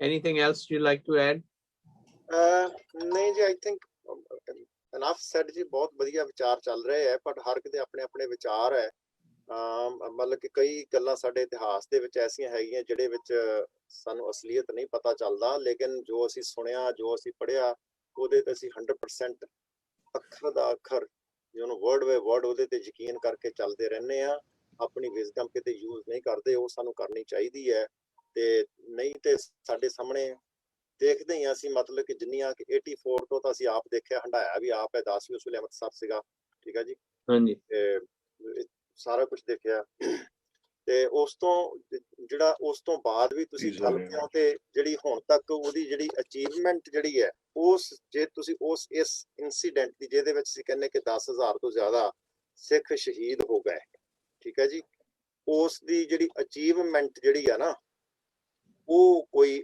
10,000 ਜੇ ਸ਼ਹੀਦੀ ਹੋਈ ਹੋਵੇ ਤਾਂ ਉਹਦੇ ਮੁਕਾਬਲੇ ਤੇ ਅਚੀਵਮੈਂਟ ਉਨੀ ਕੀਮਤੀ ਨਹੀਂ ਹੈਗੀ ਇਸ ਵੇਲੇ ਸਾਡੇ ਕੋਲ ਸੋ ਇਹ ਚੀਜ਼ ਸੋਚਣੀ ਚਾਹੀਦੀ ਹੈ ਇਸੇ ਤਰ੍ਹਾਂ ਹੀ ਵੀ ਤੁਸੀਂ ਜੇ ਇਸ ਐਂਗਲ ਤੋਂ ਦੇਖੋਗੇ ਨਾ ਪਿੱਛੇ ਤੱਕ ਜਿੰਨੇ ਮਰਜ਼ੀ ਚਲੇ ਜਾਓ ਤੁਸੀਂ ਚਾਹੇ ਜੈਤੋ ਦੇ ਮੋਰਚੇ ਤੱਕ ਚਲ ਜਾਓ ਚਾਹੇ ਕਿਤੇ ਵੀ ਚਲੇ ਜਾਓ ਜੇ ਕੋਈ ਸਟ੍ਰੈਟਜੀ ਥੋੜੀ ਜਿਹੀ ਹੋਰ ਤਰੀਕੇ ਦੇ ਨਾਲ ਵਰਤੀ ਹੁੰਦੀ ਤਾਂ ਗੱਲ ਹੋਰ ਹੁੰਦੀ ਗੁਰੂ ਗੋਬਿੰਦ ਸਿੰਘ ਜੀ ਨੇ ਜਿਸ ਲਈ ਅਨੰਦਪੁਰ ਛੱਡਿਆ ਉਸ ਤੋਂ ਬਾਅਦ ਚਮਕੌਰ ਦੀ ਗੜੀ ਦੇ ਵਿੱਚ ਜਾ ਕੇ ਇੱਕ ਸਿੱਖ ਸ਼ਹੀਦ ਹੋਇਆ ਉਸ ਤੋਂ ਬਾਅਦ ਵੀ ਜਿਹੜੇ ਬਚ ਗਏ ਉਹ ਫਿਰ ਮੁਕਤਸਰ ਦੀ ਧਰਤੀ ਤੇ ਜਾ ਕੇ ਲੜ ਕੇ ਸ਼ਹੀਦ ਹੋਏ ਹੈ ਤੇ ਉਹ ਦੇਖੋ ਤਾਂ ਸਹੀ ਕਿ ਉਹਨਾਂ ਦੀ ਕੱਲਿਆਂ ਦੀ ਆਪਣੀ ਸ਼ਾਂਤਮਈ ਸ਼ਹੀਦੀ ਨੇ ਸਾਨੂੰ ਪ੍ਰਾਪਤੀ ਦਿੱਤੀ ਜੋ ਅਸੀਂ ਅੱਜ ਮਾਣ ਰਹੇ ਹਾਂ ਜਾਂ ਜਿਹੜਾ ਉਹਨਾਂ ਦੇ ਵੈਪਨ ਨੇ ਜਾਂ ਉਹਨਾਂ ਦੀ ਤਾਕਤ ਨੇ ਜਿਹੜਾ ਸਾਡੇ ਅਗੇਂਸਟ ਚੱਲ ਰਹੀ ਸਰਕਾਰ ਸੀ ਜਿਹੜਾ ਉਹਨਾਂ ਨੂੰ ਡਰਾਇਆ ਸੀ ਉਹ ਸਹਿਮ ਨੇ ਉਹਦਾ ਅਸੀਂ ਆਨੰਦ ਮਾਣ ਰਹੇ ਹਾਂ ਇਹ ਐਨਾਲਾਈਜ਼ ਕਰਨ ਦੀ ਜ਼ਰੂਰਤ ਹੈਗੀ ਸਾਨੂੰ beautiful point I think although we have varied views which is kind of nice to have these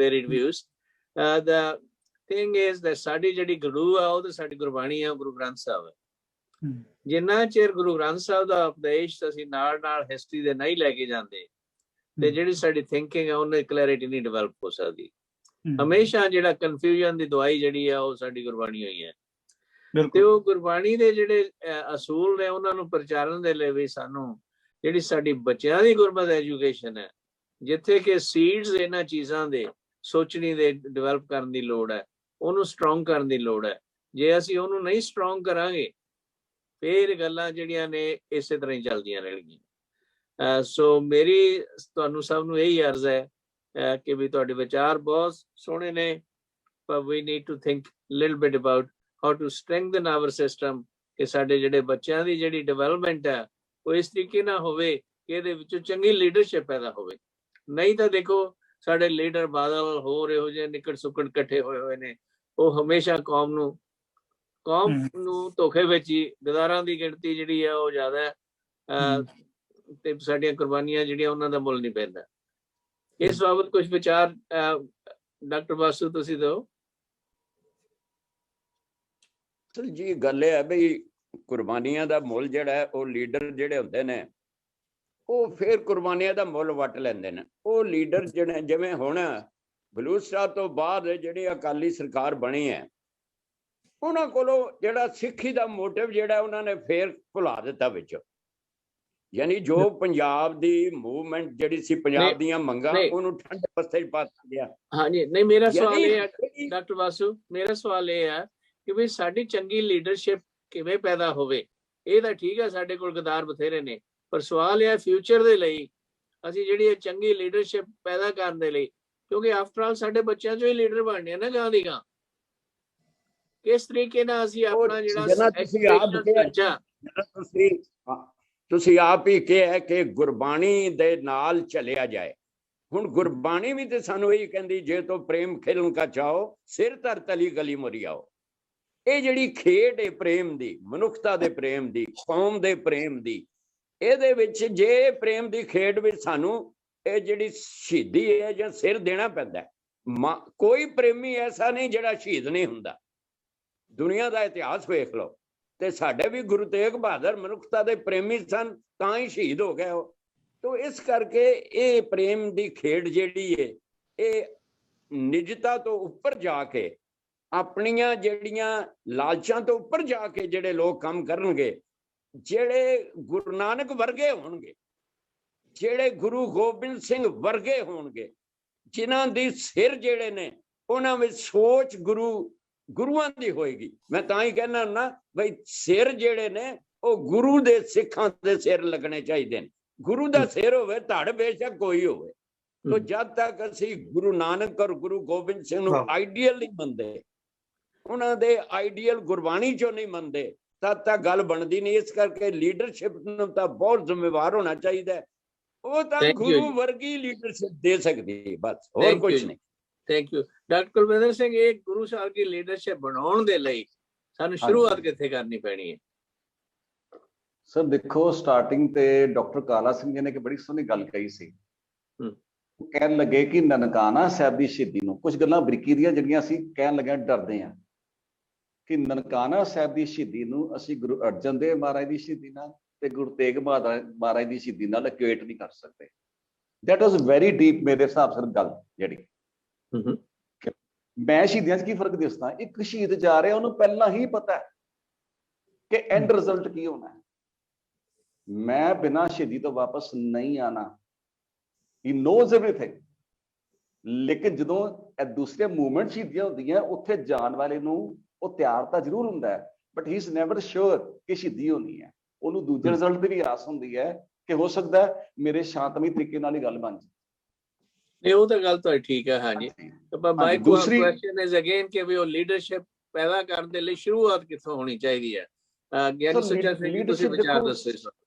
ਸਿੱਖੀ ਜੀਵਨ ਹੈ। ਸਿੱਖੀ ਜੀਵਨ 'ਚ ਗੁਰੂ ਸਾਹਿਬ ਨੇ ਸਿੱਧੀ ਗੱਲ ਕਹੀ। ਇੱਕ ਸੁਖਮਨੀ ਸਾਹਿਬ ਦੀ ਪੰਕਤੀ ਮੈਂ ਸ਼ੇਅਰ ਕਰਾਂਗਾ, ਜਿਹੜੇ ਵੀਰ ਸੁੱਚਾ ਸਿੰਘ ਜੀ ਗੱਲ ਕਹਿ ਰਹੇ ਨੇ।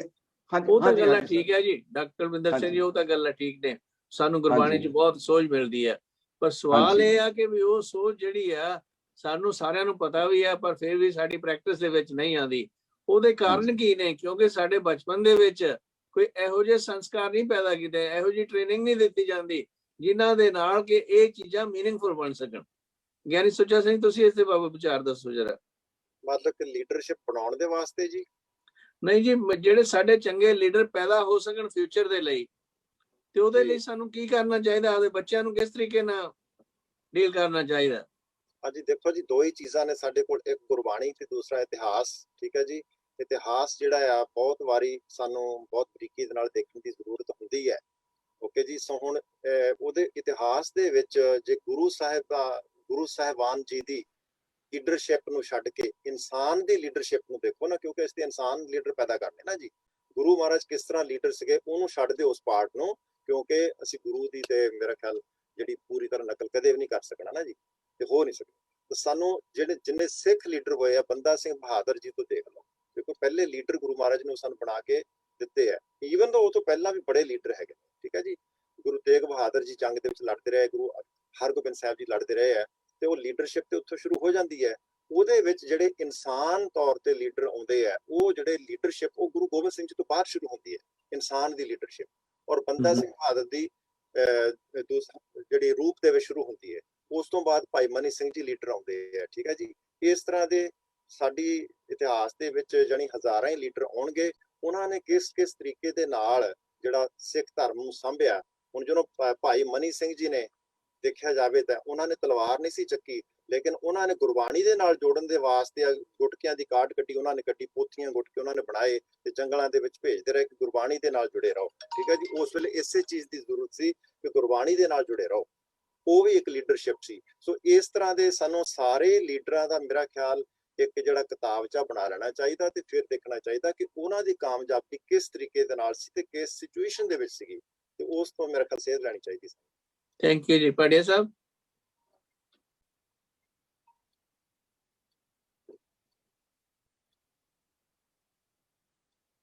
ਆਵਾਜ਼ ਨਹੀਂ ਸੁਣ ਰਹੀ ਤੁਹਾਡੀ। हाँ, once again, इतिहास की जानकारी और सिक्ख्या बहुत जरूरी है। गुरबाणी ज्यादा स्पिरिचुअल एस्पेक्ट है जिस हम निडर बनाती है, ब्रेवरी, निडरता, फियरलैसनेस। और इतिहास जिहड़ा है सानू टीच करता है कि साडा पिछोकड़ की है, व्हाट्स आवर बैकग्राउंड, और जो इतिहास के लैसन्स ने जिस अज असीं गलबात कर रहे हैं, ऑल दोज थिंग जिहड़ियां हैगियां ने, ज्यादातर सारी चीज़ां सानू प्रिपेयर करदियां ने ताकि असीं अगों दी सिचुएशन जिहड़ी आउण लाइफ दे अंदर उन्हां नूं फेस कर सकीए, क्योंकि सिचुएशन हर वक्त डिफरेंट होएगी। ये नहीं जो 500 साल पहले हो या 200 साल पहले होएगा, एग्जैक्टली सेम चीज होनी है। हर चीज नवी हुंदी है, दुनिया बदल रही है, every day life changes, life is dynamic, is it? So the circumstance is also dynamic. जदों भी कोई नई ऐसे चैलेंजेस आउंदे ने लाइफ दे अंदर, उहदे सर्कमस्टेंसेस हमेशा डिफरेंट हुंदे। इस वास्ते सर्कमस्टेंसेस नूं स्टडी करना, उन्हां नूं अंडरस्टैंड करके अपना एक्शन डिजाइन करना, ये बहुत जरूरी है। सो इतिहास जिहड़ा है सानू वो प्रिपेयर करदा है उस पासे ताकि असीं किवें अगों मैनेज करना। सो ज्ञानी अपने डॉक्टर काला सिंह जी, किस लेवल ते सानू ताकि साडी चंगी लीडरशिप पैदा होवे, किस लेवल ते सानू बच्चों दे विच इहो जिहियां क्वालिटीज क्रिएट करन दी लोड़ है ताकि उन्हां दा हौली हौली इस पासे वल ध्यान बने, क्योंकि साडा ज्यादा टाइम तां उड़ाड़ा सिखाउण च निकल जांदा। आवाज नहीं आ रही ਤੁਹਾਡੀ। ਜਿਹੜੇ ਸੁੱਚਾ ਸਿੰਘ ਉਹਨਾਂ ਨੇ ਜਿਹੜੀ ਗੱਲ ਕੀਤੀ ਸੀਗੀ ਕਿ ਅਸੀਂ ਉਹੀ ਬਸ ਗੱਲਾਂ ਕਰਦੇ ਰਹਿੰਦੇ ਆ ਜੋ ਸਾਨੂੰ ਕਹੀਆਂ ਗਈਆਂ ਨੇ, ਅਸੀਂ ਆਪਣਾ ਦਿਮਾਗ ਨਹੀਂ ਲਗਾਉਂਦੇ। ਪਹਿਲੀ ਗੱਲ ਤਾਂ ਸਾਨੂੰ ਨਾ ਆਪਣਾ ਦਿਮਾਗ ਲਾ ਕੇ ਅਕਲੀ ਸਾਹਿਬ ਸੇਵੀਏ, ਅਕਲੀ ਪਾਈਏ ਮਾਣ, ਹਨਾ। ਜੋ ਸਾਹਿਬ ਦੀ ਸੇਵਾ ਵੀ ਕਰਨੀ ਹੈ, ਸਾਹਿਬ ਦੀ ਸੇਵਾ ਕੀ ਹੈ? ਗੁਰ ਕੀ ਸੇਵਾ ਸ਼ਬਦ ਵਿਚਾਰ। ਗੁਰੂ ਦੀ ਜਿਹੜੀ ਸੇਵਾ ਕਰਨੀ ਹੈ, ਅਸੀਂ ਸ਼ਬਦ ਵਿਚਾਰ अपना दिमाग लगा के भी, लोगों को सुन के भी, उसके बाद अपना दिमाग लगा के भी। नंबर 1। नंबर 2, जी साडी हिस्टरियां जी गल्लां कर रहे हैं कि अपनी हिस्टरी बच्चों को दसीए, सानू पहला अपनी हिस्टरी ठीक करनी पैनी आ कि वो जी हिस्टरी जी साडी आ वो इस तरीके से लिखी गई है which has got no meaning at all. Gurmat के उपर वो उतरती नहीं है। इदां दीयां कहानियां गुरुआं दे बारे और इदां दे गुरुद्वारे गुरुआं दे नाम कहानियां बना के बना दिते गए ने कि पहला तो वो गुरबाणी उपर उतरते नहीं हो। नंबर 2। नंबर 3, बच्चों नूं पहला they should somehow they should be made to get interested in forums like these ones. Sorry, again, Henry? They should be made, we should develop their interest to attend forums like these ones. बाकी मैं तो अपने घर बच्चों को कुछ कहूँगा तो मेरी गल नहीं सुनेंगे, डैडी अभी बोलते रहते बैठे, रिटायर हो गए ने, है ना। So they should be encouraged somehow because they don't go to the gurdwaras, they don't go anywhere else. So the only way is social media. So they should be made how to get them interested in forum like this one so that they can attend. So we'll need to use the local language ਜਿਹੜੀ ਬੱਚੇ understand ਕਰਦੇ ਆ, ਬਜਾਏ ਫਿਰ ਇਹਦਾ ਮਤਲਬ ਵੀ ਜ਼ਿਆਦਾ ਪੰਜਾਬੀ ਕਰਦੇ ਰਹੀਏ। ਬਾਅਦ ਦੇ ਵਿੱਚ ਐਜ਼ ਅ ਸੈਕੰਡ ਲੈਂਗੁਏਜ ਸਿੱਖਣਗੇ, ਪਰ ਉਹਨਾਂ ਨੂੰ ਗਿਆਨ ਤਾਂ ਉਸ ਲੈਂਗੁਏਜ 'ਚ ਮਿਲਣਾ ਚਾਹੀਦਾ ਜਿੱਥੇ ਉਹ ਜੰਮ ਪੜ ਰਹੇ ਨੇ। ਡਾਕਟਰ ਕਿਰਪਾਲ ਸਿੰਘ ਜੀ, ਜਿੱਥੇ ਵੀ ਬਾਬਾ ਨਾਨਕ ਗਏ ਨੇ, ਹਾਂਜੀ, ਉੱਥੇ ਉਹਨਾਂ ਨੇ ਉਹਨਾਂ ਦੀ ਲੈਂਗੁਏਜ ਦੇ ਵਿੱਚ ਗੱਲ ਕੀਤੀ ਹੈ। देखो हमारी बात सही है। ਉਹਨਾਂ ਦੇ ਕਲਚਰ ਦੇ ਵਿੱਚ ਗੱਲ ਕੀਤੀ ਹੈ, ਫਾਰਸੀ ਦੇ ਵਿੱਚ ਕੀਤੀ ਹੈ, ਦੱਖਣ ਦੇ ਗਏ ਨੇ ਤਾਂ ਉਸ ਭਾਸ਼ਾ 'ਚ ਕੀਤੀ ਹੈ, ਗੁਜਰਾਤ ਗਏ ਨੇ ਤਾਂ ਉਸ ਭਾਸ਼ਾ 'ਚ ਗੱਲ ਕੀਤੀ ਹੈ ਨਾ। ਸੋ ਵੀ ਕੈਨੋਟ ਪੰਜਾਬੀ ਯੂ ਨੋ। ਜੋ ਹੁਣ ਤੁਸੀਂ ਗੱਲ ਕਰ ਰਹੇ ਹੋ ਕਿ ਜੇ ਬੱਚੇ ਨੂੰ ਸਮਝਾਉਣਾ ਹੈ ਤੇ we should talk to them in their own language and in their own way. Next to third from her. Thank you. Through social media. Bhai Mandeep Singh ji, this is our closing comments now. We are here hour and 15 minutes. We must finish soon. Bhai Mandeep Singh ji, just 1 minute. Any last ਵਿਚਾਰ? ਹਾਂਜੀ, ਬਹੁਤ ਸਿਆਣੇ ਵਿਚਾਰ ਰੱਖੇ। ਇਤਿਹਾਸ ਤੇ ਗੁਰਬਾਣੀ ਤੋਂ ਸੇਧ ਲੈ ਕੇ ਜਿਹੜਾ ਹੈ ਉਹ ਚੰਗੇ ਲੀਡਰ ਪੈਦਾ ਕੀਤੇ ਜਾ ਸਕਦੇ। ਬਾਕੀ ਜੋ ਸੰਘਰਸ਼ ਹੁੰਦੇ ਆ ਨਾ, ਜਦੋਂ ਸਮੇਂ ਤੇ ਜਦੋਂ ਸੰਘਰਸ਼ ਹੁੰਦੇ ਆ, ਉਹਦੇ ਵਿੱਚ ਉਹ ਆਪਣੇ ਆਪ ਜਦੋਂ ਲੀਡਰਾਂ ਦੀ ਸਮਰਪਣ ਭਾਵਨਾ ਜਿਹੜੀ ਹੈਗੀ ਆ ਪੈਦਾ ਹੁੰਦੀ ਹੈ ਨਾ, ਜਦੋਂ ਜਿੰਨਾ ਲੀਡਰ ਜਿਹੜਾ ਹੈਗਾ, ਜਿਹੜਾ ਆਮ ਆਦਮੀ ਜਦੋਂ ਸਮਰਪਣ ਰੱਖਦਾ ਉਸ ਸੰਘਰਸ਼ ਦੇ ਪ੍ਰਤੀ, ਤੇ ਉਦੋਂ ਫਿਰ ਜਿਹੜਾ ਹੈਗਾ ਉਹਦੇ ਵਿੱਚੋਂ ਹੀ ਲੀਡਰ ਜਿਹੜੇ ਹੈਗੇ ਆ ਉਹ ਸੰਘਰਸ਼ ਦੇ ਵਿੱਚੋਂ ਪੈਦਾ ਹੁੰਦੇ ਆ। ਕਿਉਂਕਿ ਇਹ ਮਿਹਨਤ ਆ ਇੱਕ, ਹਨਾ। ਜਦੋਂ ਤੁਸੀਂ ਮਿਹਨਤ ਕਰਦੇ ਆ ਤਾਂ ਉਹਦੇ ਵਿੱਚੋਂ ਹੀ ਇੱਕ ਲੀਡਰ, ਨਹੀਂ ਤਾਂ ਫਿਰ ਲੀਡਰਾਂ ਦੇ ਮੁੰਡੇ ਅੱਗੇ ਜਦੋਂ ਲੀਡਰ ਬਣਦੇ ਆ ਉਹ ਫਿਰ ਚੰਗੇ ਲੀਡਰ ਕਹਾਉਂਦੇ ਨੇ। ਜਿੱਦਾਂ ਬਾਦਲ ਦਾ ਮੁੰਡਾ ਅੱਗੇ ਬਣ ਗਿਆ ਜਾਂ ਕੋਈ ਬਣ ਗਿਆ, ਉਹ ਫਿਰ ਏਦਾਂ ਦੇ ਲੀਡਰ ਹੀ ਸਾਨੂੰ ਮਿਲਣਗੇ। ਜਦੋਂ ਸੰਘਰਸ਼ ਦੇ ਵਿੱਚੋਂ ਜਿਹੜੇ ਲੀਡਰ ਪੈਦਾ ਹੋਣੇ ਆ ਉਹ ਜਿਹੜੇ ਹੈਗੇ ਆ ਚੰਗੀ ਸੇਧ ਜਿਹੜੀ ਆ ਹਮੇਸ਼ਾ ਦਿੰਦੇ ਆ। ਇਹਦੇ ਵਾਸਤੇ ਬਸ਼ਰਤੇ ਗੁਰਬਾਣੀ ਤੇ ਇਤਿਹਾਸ ਜਿਹੜਾ ਹੈਗਾ ਜਾਣਨਾ, ਚੰਗੇ ਲੋਕਾਂ ਦਾ ਇਤਿਹਾਸ ਜਾਣਨਾ ਬੜਾ ਜ਼ਰੂਰੀ ਆ, ਵੀ ਉਹ ਕਿਸ ਤਰ੍ਹਾਂ ਕਾਮਯਾਬ ਰਹੇ ਆ, ਤੇ ਅਸੀਂ ਆਪਣੇ ਬੱਚਿਆਂ ਦੇ ਵਿੱਚ ਉਹਨਾਂ ਵਾਸਤੇ ਅਵੇਅਰਨੈਸ ਫੈਲਾਈਏ। ਵਾਹਿਗੁਰੂ ਜੀ ਕਾ ਖਾਲਸਾ, ਵਾਹਿਗੁਰੂ ਫਤਿਹ ਜੀ। ਆਪਣੇ 2 minutes, Dr. Vasu, for you now to summarize or say anything you like to add before we go to the next. Only 2 minutes. ਦਾਸ ਤੇ ਹੀ ਕਹਿਣਾ ਚਾਹਾਂਗਾ ਬਈ ਜਿਹੜੀ ਗੁਰੂਆਂ ਨੇ ਸਾਨੂੰ ਹਰ ਪੱਖ ਤੋਂ ਸਾਨੂੰ ਗਾਈਡ ਕੀਤਾ, ਸਾਨੂੰ ਲੀਡ ਕੀਤਾ। ਗੁਰੂ ਸਾਡੇ ਐਸੇ ਲੀਡਰ ਹੋਏ ਨੇ ਜਿਨ੍ਹਾਂ ਨੇ ਲੋਕਾਂ 'ਚ ਚੇਤਨਾ ਜਗਾ ਕੇ ਔਰ ਉਹਨਾਂ ਦੀ ਫੌਜ ਤਿਆਰ ਕੀਤੀ। 200 ਸਾਲ ਉਹਨਾਂ ਲੱਗ ਗਏ ਸੀ 10 ਗੁਰੂਆਂ ਨੂੰ। ਇਹ ਕੋਈ ਇੱਕ ਪਾਤਰ ਦੀ ਕਹਾਣੀ ਨਹੀਂ ਹੈਗੀ, ਇਹ 10 ਪਾਤਰਾਂ ਦੀ ਕਹਾਣੀ ਹੈ। ਤੋ ਗੁਰੂਆਂ ਨੇ ਸਾਨੂੰ, ਸਾਡੇ ਮੁਰਦਾ ਲੋਕ ਜਿਹੜੇ ਸਨ ਉਹਨਾਂ ਦੀਆਂ ਜ਼ਮੀਰਾਂ 'ਚੋਂ ਜਿਹੜੇ ਮਜ਼ਹਬੀ ਲੋਕ ਸਨ ਕੱਟ ਦਿੱਤੇ ਗਏ ਸਨ ਸਮਾਜ 'ਚੋਂ ਹੀ, ਉਹਨਾਂ ਦੀਆਂ ਫੌਜਾਂ ਬਣਾਤੀਆਂ। ਮਤਲਬ ਇਹ ਹੈ ਕਿ ਸਾਨੂੰ ਜਿਹੜੀ ਜਾਗ ਹੈ, ਜਿਹੜੀ ਚੇਤਨਾ ਹੈ, ਉਹ ਸਾਨੂੰ ਗੁਰੂਆਂ ਤੋਂ ਹੀ ਲੱਭਣੀ ਹੈ, ਲੀਡਰਾਂ ਤੋਂ ਨਹੀਂ ਲੱਭਣੀ। ਲੀਡਰ ਜਿਹੜੇ ਨੇ ਉਹ ਜਿਵੇਂ ਕਿਸਾਨ ਇਸ ਗੱਲੋਂ ਬੜੇ ਠੀਕ ਨੇ ਕਿ ਉਹ ਕਿਸੇ ਦੂਜੇ ਲੀਡਰ ਨੂੰ ਆਉਣ ਨਹੀਂ ਦਿੰਦੇ, ਕਿਉਂਕਿ ਇਹਨਾਂ ਨੇ ਆਪਣੇ ਫਾਇਦੇ ਕਮਾਣੇ। ਇਸ ਕਰਕੇ ਸਾਨੂੰ ਗੁਰੂਆਂ ਨੂੰ ਲੀਡਰ ਮੰਨਣਾ ਚਾਹੀਦਾ।